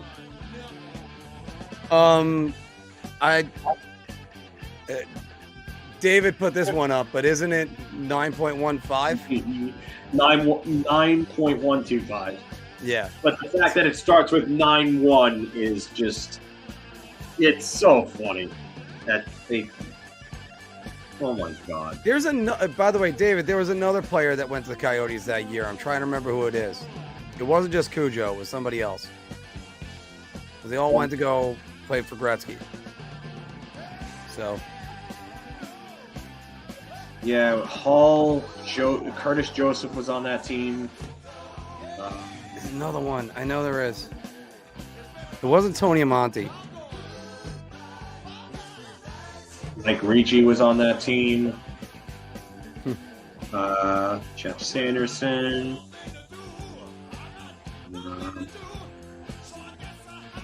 No, that's Josh Grine. I thought that was... Oh, you know who played on that team? He played 2 games with them that year? A then 24-year-old Pavel Brendel. Still tied in goal scored with you and me. Oh, no, not tied. well, tied for the New York Rangers. But that's really the line I use for Jessamine. The Pavel Brendel had, I think, 11 career goals. You are correct. 11 career goals and 11 career assists for 22 career points in 78 career games. I think he had 29 goals in the playoffs with the Calgary Hitmen. He got 11 career. He had 130 plus goals in those first 2 years with Calgary. Unreal. All right, guys. But it's been great. It's been great sitting down with you. I can't believe we almost did. We did 2 hours and 35 minutes. We were done with the bar talk after about an hour. I thought this was going to be a lot shorter. But everybody, thank you very much for joining us, and it's going to be a great time. We got a lot more to do. Filk, any interest in doing a watch along next week? We'll talk about that. We'll try to provide updates in the group. Yeah. It's tough doing watch along just because of the fact that you gotta watch the volume, and then it's like I don't know. I find those pretty tough. Yeah, it's been tough. We'll figure out how to do those better eventually. I mean, well, the other thing is we might, depending on it, maybe a post game. I don't know. I might. Who knows? I wanted to do a post game, first game of the Stanley Cup Finals, Filk, and I ended up having to say I was drunk. So because that was the triple overtime game against the Penguins.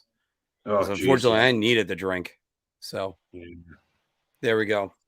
All right. Yeah. So yeah, we got the Islanders coming up tomorrow. Lots of work for me. This guy gets to take off again. So it's there's a lot more coming from us this year. Don't worry about it. I'm trying to figure out places to go for the Marc on the Road segments. And there's going to be a lot of us, so don't worry about that. Now we're entering the busy time of the year and the really good time. So everybody, thanks very much for joining us on this one, and we will see you again soon. Let's go Rangers.